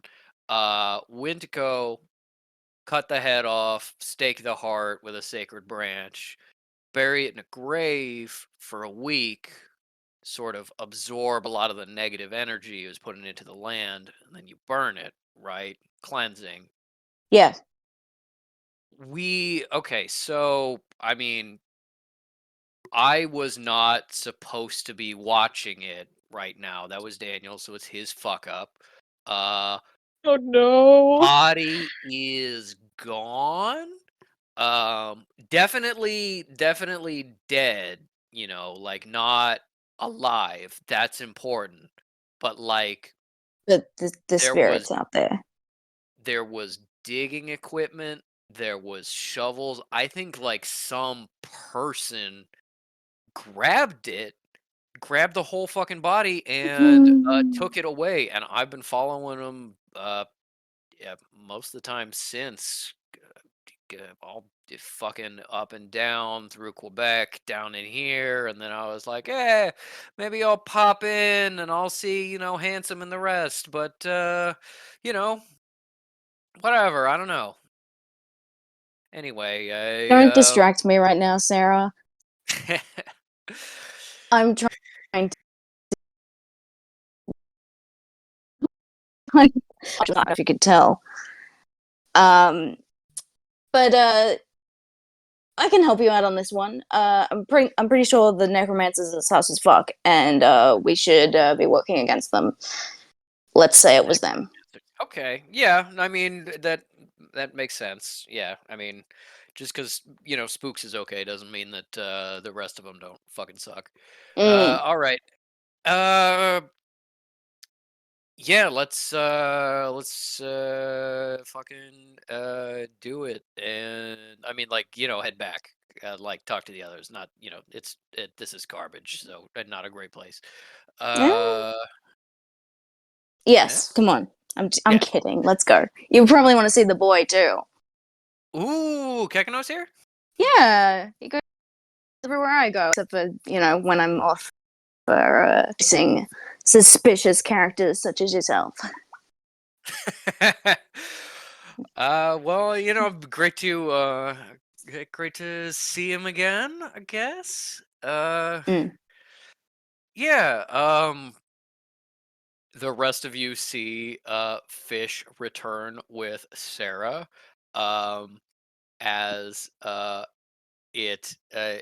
she comes in, she immediately stops and uh grabs her rifle but does not yet shoulder it and faces in the direction of Beliella and goes, "Who the fuck is this?"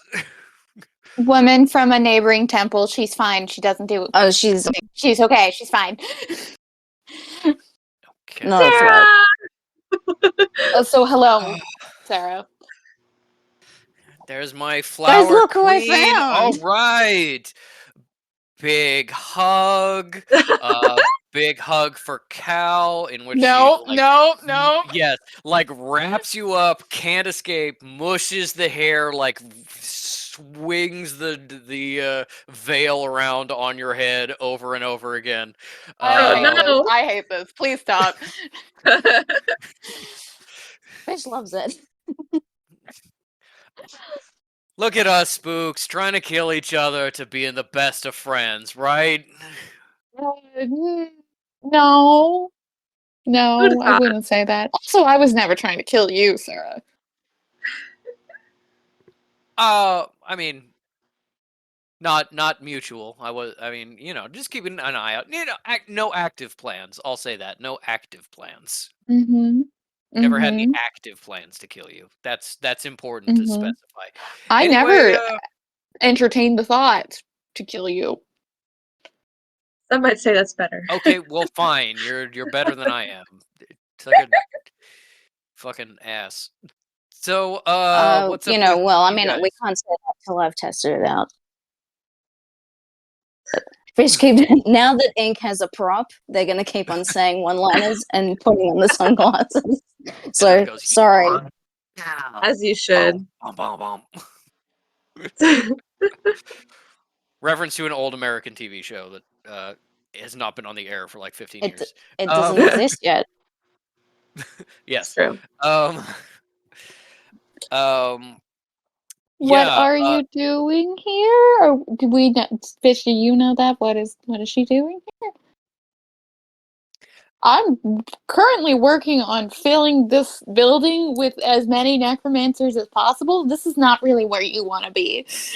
Yeah, I'm very Maybe confused. Well, maybe it is then, yeah, because the fucking ghost eaters. Well, not the ghost eater, but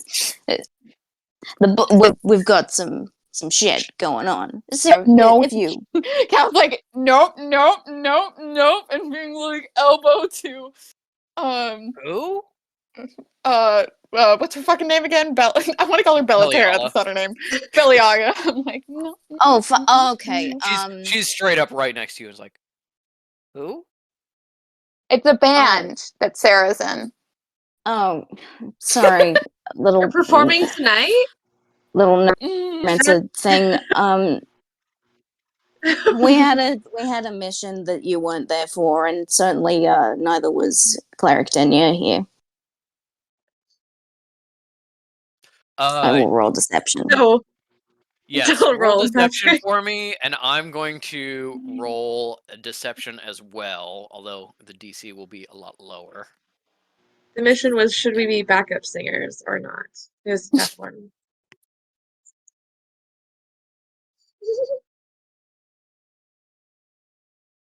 Dirty 20. Dirty 20. Okay. Beliala looks at you and then gives a shallow nod. Sarah clearly like starts for a moment, like going like, "Oh right, Cal wasn't supposed to be there," and then it's like, "Yeah, no, just these two." Yeah, the somebody took the body, and I've been following them, and they've been kind of just staking out this area, and I've been following them around. They were kind of going to these. They were going to like some different hotels, and they were going, Just here. now? Yeah, like the last couple hours. Fish, do you think there are two? The necromancer I noticed and Sarah as well. Sarah, do you have any? You don't have any teleportation or magic that allows you to disappear from sight, do you? I mean, no, I'm not a fucking sorcerer. I'm native, so just like natural talent. Yes. So the Okay. Patrick, you can stop me, but I'm going to say so the necromancer who was following is someone entirely separate who we haven't found yet. Yeah, I was And following them. Sarah was following them. I was following Sarah. I got distracted. We just fucking lost him. We just could have had him. I Again, wasn't You know, totally sure they were necro until you confirmed it, but it makes sense. They were slippery.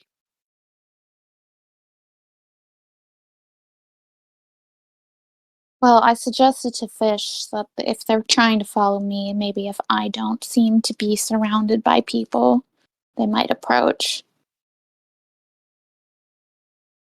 Well, I don't need to be super in view with this here. So Yes, and like if I don't want you to shoot someone, how do I convey that? I don't speak know, of which, I'm sorry I shot you. hey, you know what? No worries, you'll make it up to me. Just like you meet somebody, you see somebody like wave is shoot them, like middle finger is like don't shoot them. All right. I have. How certain are you that this necromancer is the one you have a problem with, as opposed to just a necromancer who you happened to come across? Think about it, Uh, Daniel. If it was a necromancer that we're not supposed to have a problem with, then they would have just shown themselves to you, right? That's suspicious on its own. What are You the have odds met that it so many overlaps? necromancers in the last 4 hours who behave very erratically and very suspiciously. It is our nature. Yeah. I mean, Spook's the most normal one. It's true. There are more normal ones. I can introduce you. There's not. Oh, there Like, are. Can't no, say no, no. there Fuck are. that. I am Uh, trying to be helpful. No, I'm not implying that you're not. I was following a group.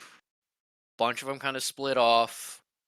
This was the one with the clearest trail. Missed them a couple of times. Kind of picked the trail up back again. Buying train tickets, stuff like that. Uh, Mm-hmm. I Where'd you start? the Clanlands, the forest, And they were the in the forest? the fucking grave where we buried the Well, she wasn't there at the grave, so she doesn't know what you're talking about. right. Yeah, no, absolutely. Right, 100%. You got it. Fuck. Yeah, no, there's where We started out in the woods where we don't have directions to, and we could not bring any necromancers to, looking yes. pointedly at the little one. Yeah, that we absolutely could not bring anyone else to on pain of death, but also like, hard to get to. But yeah, I mean it's possible she slipped me, picked up somebody else's trail. So I gonna B, can you physically describe her to me? uh so there was a conductor who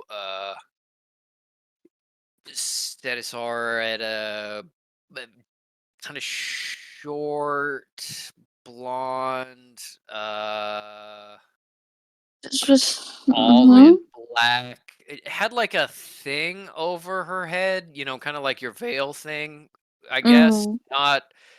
Not super the same, not that different. I don't know. People don't describe things well. Yeah, I don't fucking know. Angelus wasn't a blonde, right? Angelus was a blonde. Okay, that's what I thought. Mhm. Yeah, Cal's gonna do like a I mean, height she is for also, Elise. tits.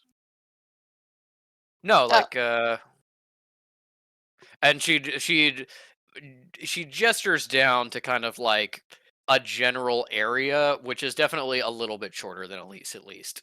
Cal goes. All right. Okay. Well, that's fine. How old did she look? Didn't see her face. At least, Hmm. he couldn't give any description. Got gloves, no fucking wrinkly hands or So whatever. quite a bit like myself. Similar, yeah. Just I don't think covered it. almost covered head to toe. Patrick, I don't think it's too much of a stretch to think Cal has gone. I've eliminated one blonde. Now the other fucking one. I think that yeah, I think that's fair to say, Yeah, because I'm gonna especially say because something specifically that will like tie that together. I just wanted to get clearance from you, so I wasn't metagaming. yeah, um, it is also like Angelus was the one who was always in the clan lands Mm-hmm. bothering the clan Exactly. that made a Um, negative impression. So Cal is gonna look at Madeline Fesh and she's gonna say, "Remember when former Grand Mage Richback confused me for someone else?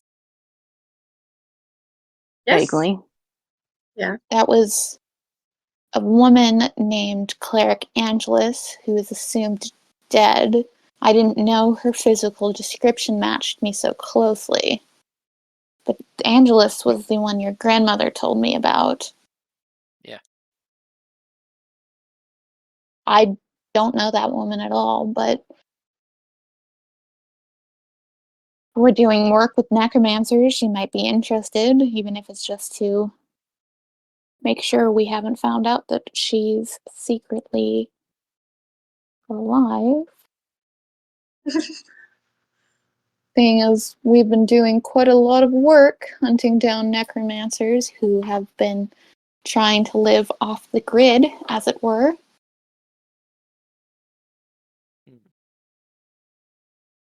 Well,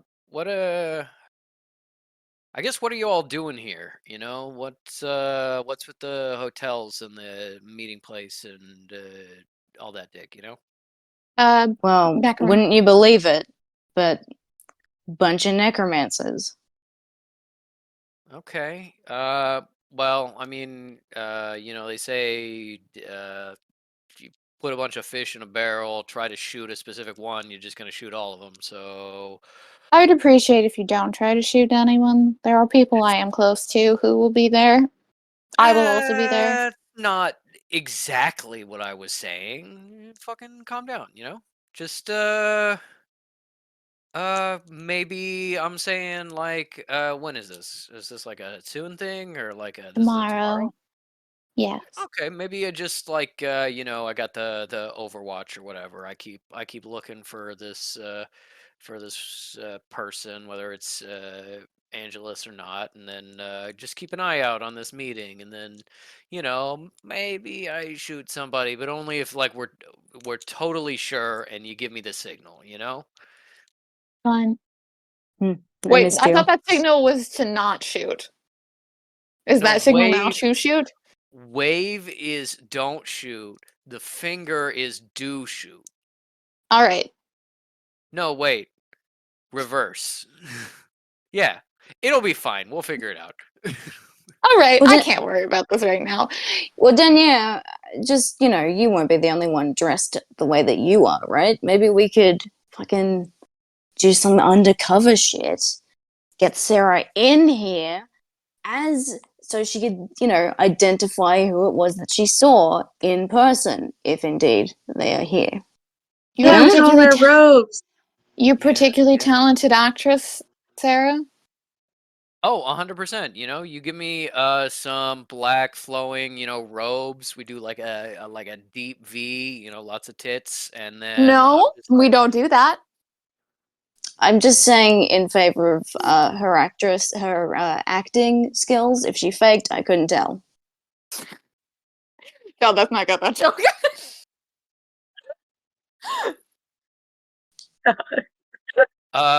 Sarah swings at you and misses. The violence Look, has begun. we have an audience here. Hello. Uh, Little one. and Fish just looks at this woman and it's like, I will I will point out that the height that she specified is about Beliala's height as well. Beliala isn't blonde, but about the right height. Tiny.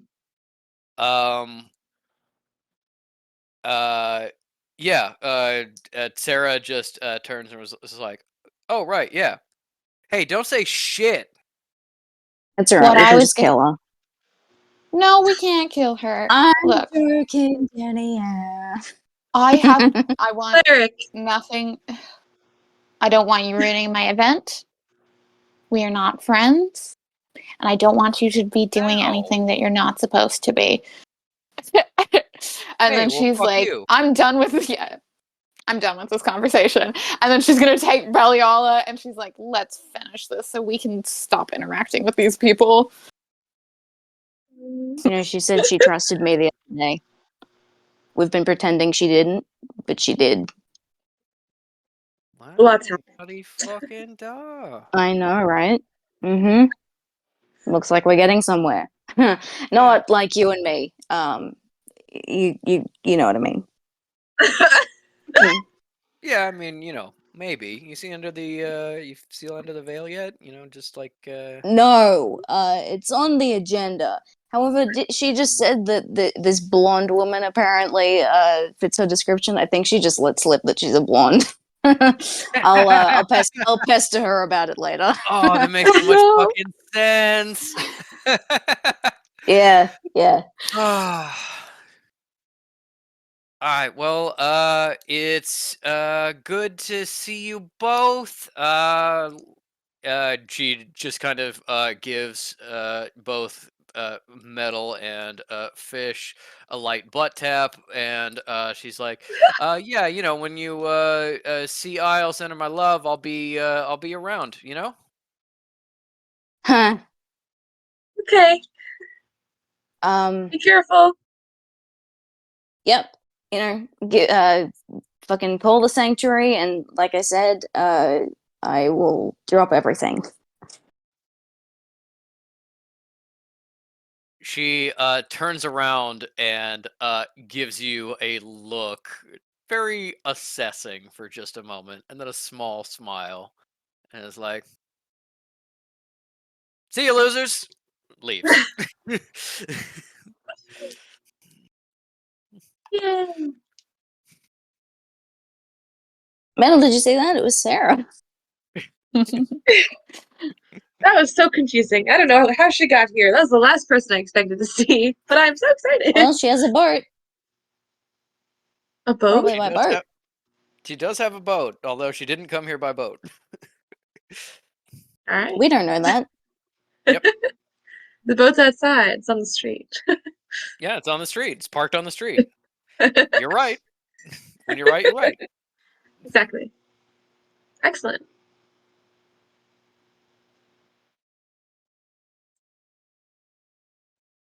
This I'll be would have bringing these been back. Yeah, she's been kind of like on the road hunting this thing since just like a day or two before the society party. Damn. Um I thought you were uh gonna say a day or two after we left, and I was like, girl, I hope not. Not quite that long. Um but yeah, very unexpected. Um I think Cal and Beliala kind of finish up preparations. Beliala is being even quieter than normal, which honestly Cal probably didn't think was possible. And she seems like meeting Sarah wasn't her favorite interaction. Um, especially since people were joking about potentially killing her. For sure, for sure. I think with Cal's passive arcana, you notice that Beliala's hands have just like retreated into her sleeves and she's gathered up. She's just like had shadows in her hands for the entire like last half hour, At ready some to point, throw down. Cal is like even like attempting small talk, not so much to bond, but to distract her from the experience she just had. And she's like, "Do you like to read? Nod, Do you read fiction or necromancer journals? Both? nod, So do I."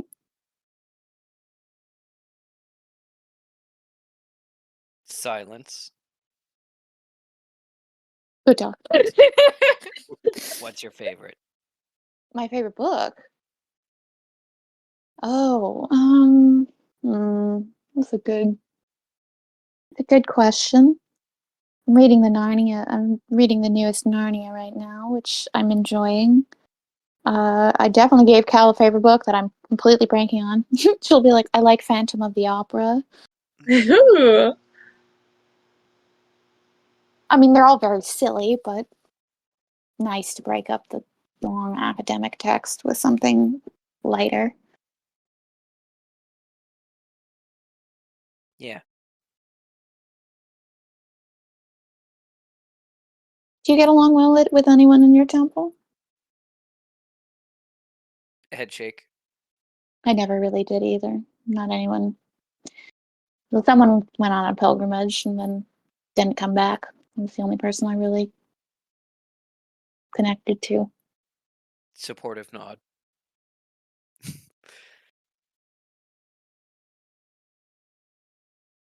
She gives a little like reassuring pat of your arms, something that is clearly not in her nature because Mhm. it's extremely awkward.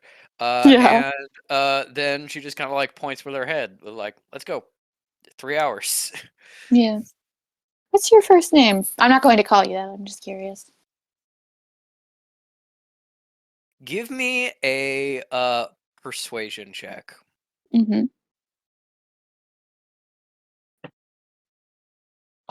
So good.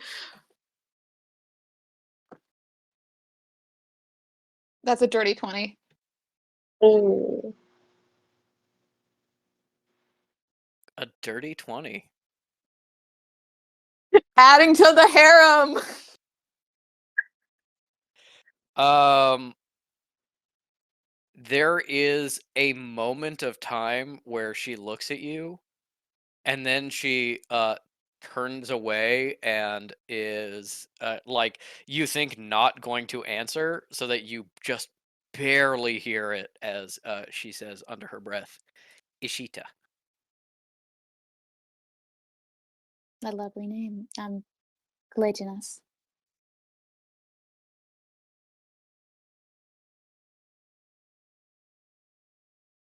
It's nice to meet you. You as well. I've been curious about you since I first saw you. I don't I don't like talking. I've been forced into roles where I have to speak a lot. So I understand. And I know my companions are a lot. Took me a long time to get used to them. You don't have to. Uh, big nod when you're like Fish is annoying and talks too much. um, she kind of like in a companionable silence, less of an awkward one. Starts packing up the extra stuff, and you are ready to leave. Um, for mm, for back at the sanctuary if you're all done. Mm-hmm.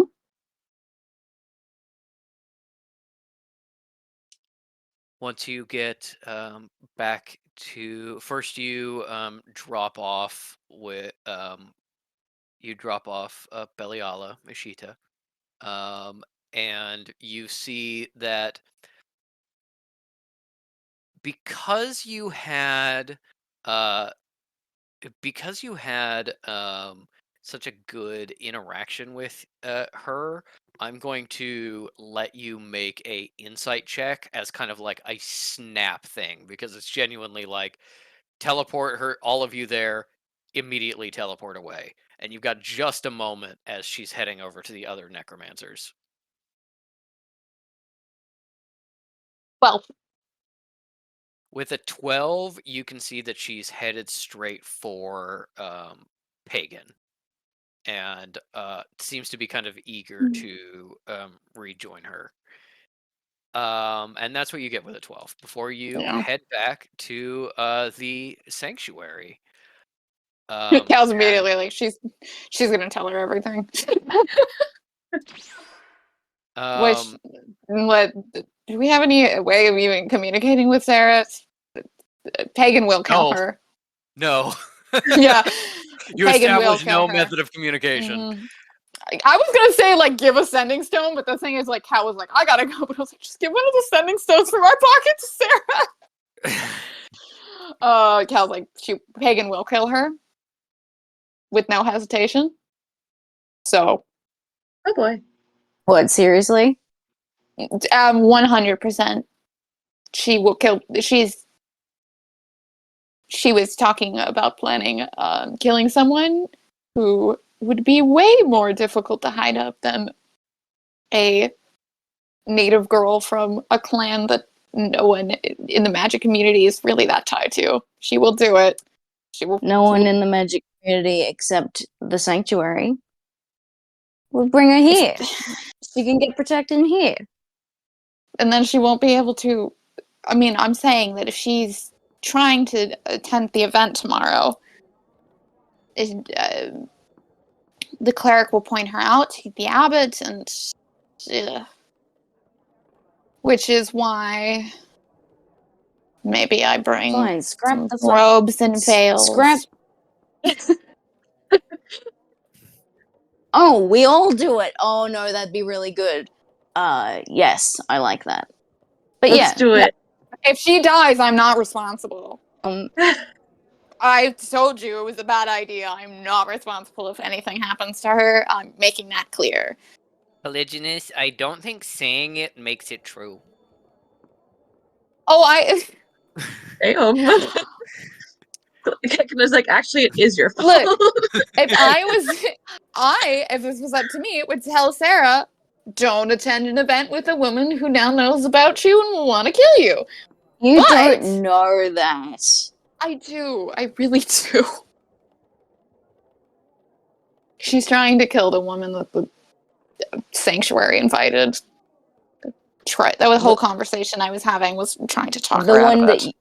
the one that you trust. Yes. Who is this woman? Doesn't say anything. Danielle, What? ask your question. It's someone I know and I trust. I don't know why you need to know more than that. Is it Elise? That's your sister's name, right? Yeah, at least is a name that Cal knows. Cal doesn't. Collisionist doesn't have emotions or a face.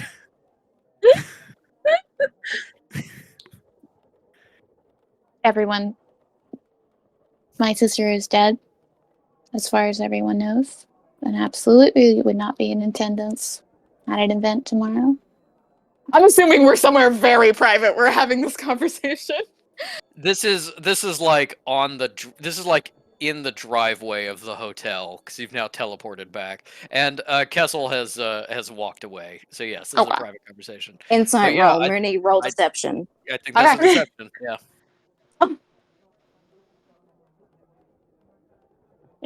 Oh no. You're dropping tons of stuff today, hon. I'm dropping so much. It's a 15 deception.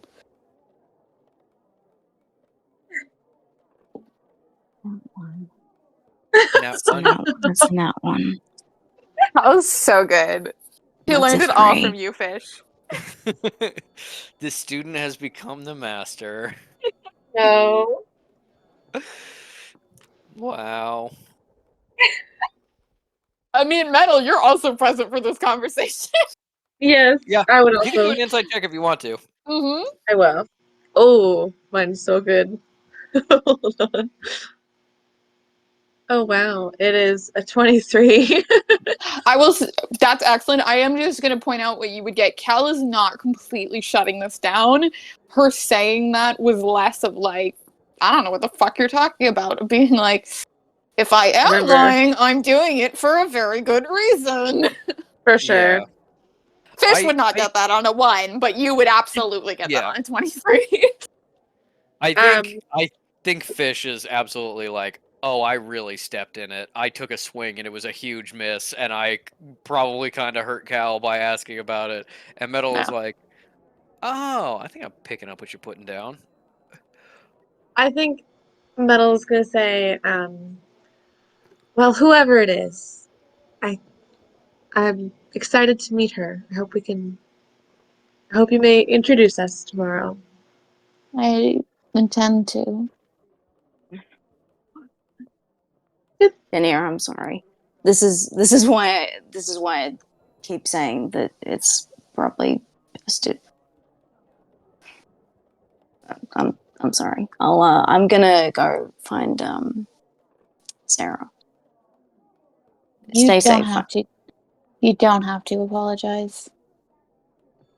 You didn't say anything wrong.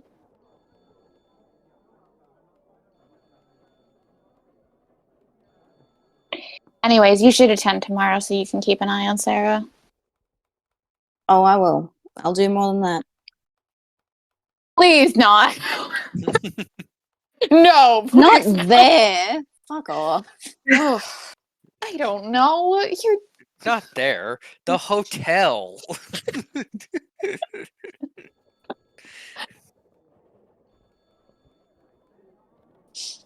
If you guys will let them, Fish is going to excuse themselves to be like, oh fuck, I actually have to go find her and make sure that she's not going to be murdered off screen. Absolutely. Castle. Hi, baby. You have to Oh, probably you like go in and get him. He's like oh, you're piss drunk. Great. I had a great time at the wine tasting. It was really wonderful. I don't mind these fucking idiots anymore. Everything's great. Castle. Oh God, what now? When Fish goes off, and I know we need a wrap, so I'll just do this quickly. When Fish goes off, Gal is just gonna just sort of like walk over to Metal and just like bump her shoulder. It's like a cute, just like an affectionate little just bump. She bumps back. You said the appointment went well? Oh, yeah, I mean, it was a little more difficult than anticipated, so I'll have to go back. Is that good news or bad news? Oh, I don't,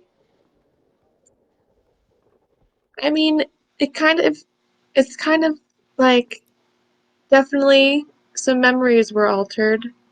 Oh, But he I seems see. confident that he'll be able to find something next time. So I'll be You changing up like the this? schedule. Alright, that's alright, but you had a good rapport with the sensitive? They were trustworthy and so talented? I would Um, literally die before having anyone sort through my mind. I could not stomach the thought. um, yes, he was very effective. Um, but it's pretty uncomfortable, like you said. So I don't want to talk about it too much. But yeah, we'll see next time. Alright. Anyway, I think as you head in and Fish goes off to find Sarah. Does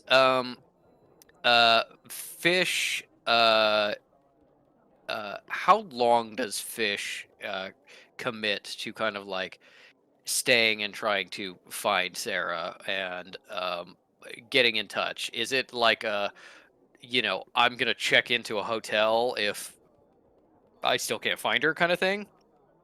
Or is it a like, I'm just gonna look around where we just were, and if I don't see her, I'm coming back? They are going to search for an hour, and if they cannot find her, then it's going to be like, all right, well, if I can't find her, then assassins won't find her. So, Okay. Give me right. 2 investigation checks. true. Can I have advantage because Kekano is here sniffing her trail? You can have advantage on one of them. That's like You are a 3. fair, you are a fair and reasonable DM. Investigation.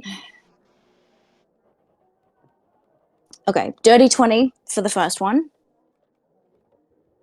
Okay. and then second roll 7.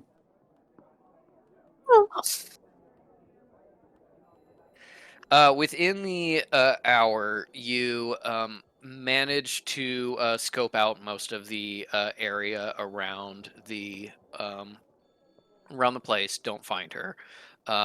As you're widening your net a little bit, you do find a pretty small, somewhat rundown hotel that the doorman recognizes your description.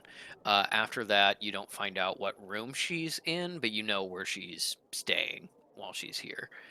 Uh, can I write down a real quick like note for the doorman to pass to her? hmm Yep. Okay.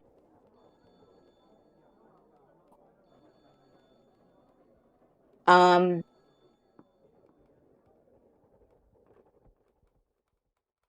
Pardon me. This is me thinking. Um. The general idea is not fucking safe around here. Come to the sanctuary for protection. Not like that. Haha. Lol. XX. Fish. Okay. You don't leave her like your sending stone or anything like that? No, yeah, she can have a sensing stone. Okay. Then you leave the sending stone and the note with the front desk. Call me winky face emoji. Give me a D4 roll. Man. Sarah dies. Always. Please don't. Don't put that out in the universe. 2. It costs the equivalent of 2 gold to bribe the front desk enough that you can guarantee they're actually going to put it in her hands. Okay. But yeah, that's all taken care of, and you head back home. In the meantime, is it time for Metal to write her letter? Yeah. um, I think she'll go upstairs and address a letter to her aunt. And the gist of it's gonna be like, hey, um, I know there's probably some events coming up soon that you'd like me to attend. Um, I will do it for X amount of money. Wow, you're just gonna be straight up like, give me 200 gold and I'll do the things. I feel like I can't think of a better way to like word it, but I think that's what it says. Like, hey, I find myself in a bit of a pickle. I can certainly visit Do you you soon. do you explain at all what the purpose of the money is or anything like that? um, uh, I can't think of a cover for the money. What could she possibly need it for? That's not true. The truth. Okay. Um, maybe something along the lines of like new clothes or like I don't know how much clothes are. Certainly not that much, but she needs like some new cool stuff that she would like some fancy outfits and things for like you know Gotcha. her work and whatnot, whatever she might Gotcha. need. Okay. Obviously that's a lot of money, but she's going for Yeah. the high end, if you will. Gotcha. Okay. Give me a deception check. Yeah.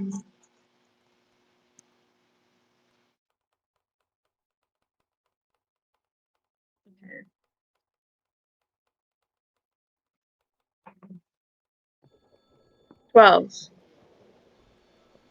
All right. I will write that down.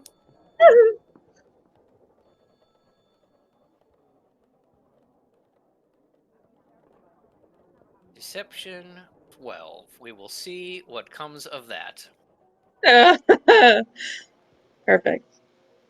Anything else really quick people want to do for the night? Do we get Metal's clothes, our fashion show? Oh I yeah. just want to know if the green dress is cute on Cal. She is gonna be, because she would genuinely be like, "Oh," and then be like, "I might actually be hanging out with my sister imminently. This might be helpful." Yeah, I think when everyone's together, all the clothes were just dropped in the office. So Metal's like, here you go. Cal, this is really pretty, but if you ever want to like branch out, it's like a little different. And then I feel like she bought something for Isle and then was like, well, damn, Isle's not here, so she put that to the side. And then she gives Fish like a sweater that's like a little bit like doesn't really suit them, and then but it is cool. And then gives Kekano like um another like little like thing to wear around his neck, but then I was like, oh well, he just got this shark tooth necklace, so he's probably not gonna wear it. It's just kind of like a lot of like slightly useless but still kind of cool things. Well, Techno's getting a little bit more of a wardrobe. That's okay. I feel like it's like a bejeweled like collar situation. Oh wow. Bedazzled. Yeah, that's the Dazzled, thank one. you. Yeah. Excellent. Yeah. Is the dress cute enough to wear around Elise? I think it's cute. Mm-hmm. Yeah. The sweater Yeah. is hideous, you say? Fish loves it. Yeah. Perfect. Excellent. Yeah, I I was think like, Kat oh, looks at good. the dress and is like, oh, and then she goes, actually, thank you. I have an idea of what to. Yes, thank you. Oh, great. I'm glad you guys like everything. I was shopping for a long It time was earlier. it was incredibly thoughtful of you to think of us. Thank you, Metal. Yeah, Yay. thank you, Madeline. I'm gonna show this to Swifty. Oh, yeah. I think she probably got Swifty a matching little collar. Oh my gosh! Twins. Dad, look, Swifty and I can match. We'll be twins. Hmm. Fish gives Swifty a pat, which they haven't done previously. Swifty's still really small, so it's got that like kitten thing of like you give them a pat on the side and they just like lose their balance and roll over. Yeah. Mhm. Well then, I will say as we close out this night, Fish gets their nightly medical treatment and spend some time with the doctor reviewing their symbol books and such. Um, as the night goes in and all of you are asleep, uh, tell me what role would Fish most associate with connection with their father?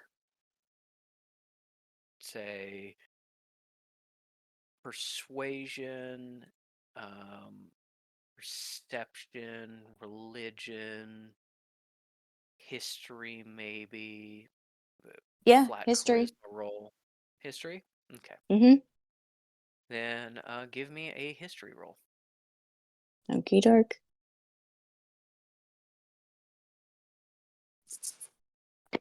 I should have metagamed and said persuasion because that's the one with the highest. But no, I was a good boy and now 20. Oh my You were god. Oh, rewarded for your good yo. behavior. Yeah, Let's The last one I go. was going to suggest was performance, which you get a +7 to. So. yeah, but like it doesn't make narrative sense. But history, +0, just not 20. Thank you. As you fall asleep, you realize that whatever connection you have with your father has been um, torn open a little farther by your meeting them. What was once a barrier between you is now a very thin veil. And so you feel a little bit of connection to him in your sleep. With a nat 20, you can feel that this is something that requires power from him in the same way that his reaching out to you has always been infrequent. It's something that he has to actively use his abilities to try to push through communication to you in this world, at least at this point. And so you understand kind of the strength it takes when reaches out and speaks to you in your dreams. Hey, are you there? Hey, are you? Hey, fish. Can you hear me? Yeah, hi, Dad. Hi, Dad. Hi, Dad. That I have my dad. Hey, yeah. I just want to check in. I've been feeling a little weird about it. I've been kind of thinking it over. I called you my son, and I know that I'm not hip on all the lingo, but I know you don't necessarily fully identify as like a kind of a Nah, like fella. I'm not a. Yeah. No, I am so happy to be your son. Yep. Okay, just wanted to make sure I didn't want to start off on a wrong foot or anything. Yeah, that was it. Just wanted to reach out and say I'm looking over you, and I'm glad that we found each other. And then the Yeah. connection starts to stretch, but does not actually sever. And as you go to sleep, you feel a little piece of this connection with your father push into your mind, and you receive the knowledge of a Maori word, Irawiti, the Maori term for trans and non-binary people. Oh, And and you get the sense with that nat 20 that slowly, every chance he's able to, when he builds up the strength, he is going to try and give you enough of a background in the Maori language through your dreams to give you a head start whenever this expert is here. that's so fucking nice. And as you surrender back to the black of sleep, that is where we will end today's session. And as a new day comes, we find Cal and Elise potentially reunited. No. And it only had to take a gathering of all of the people who have a problem with both of them. That's it, everyone. Next time on Well Dressed Woohoo! Bones. Good night. Oof. Goodness. Wow. We're seeing each other again on Tuesday as a memory and Wednesday for the Australians. So gird That's your right. loins. Patrick will Goodbye, have Craig. had 2 days of work. Yeah. Goodness. We'll see how functional I am. Yeah, dude, That's fine. I've been seeing that Okay. you're yawning, and I'm like,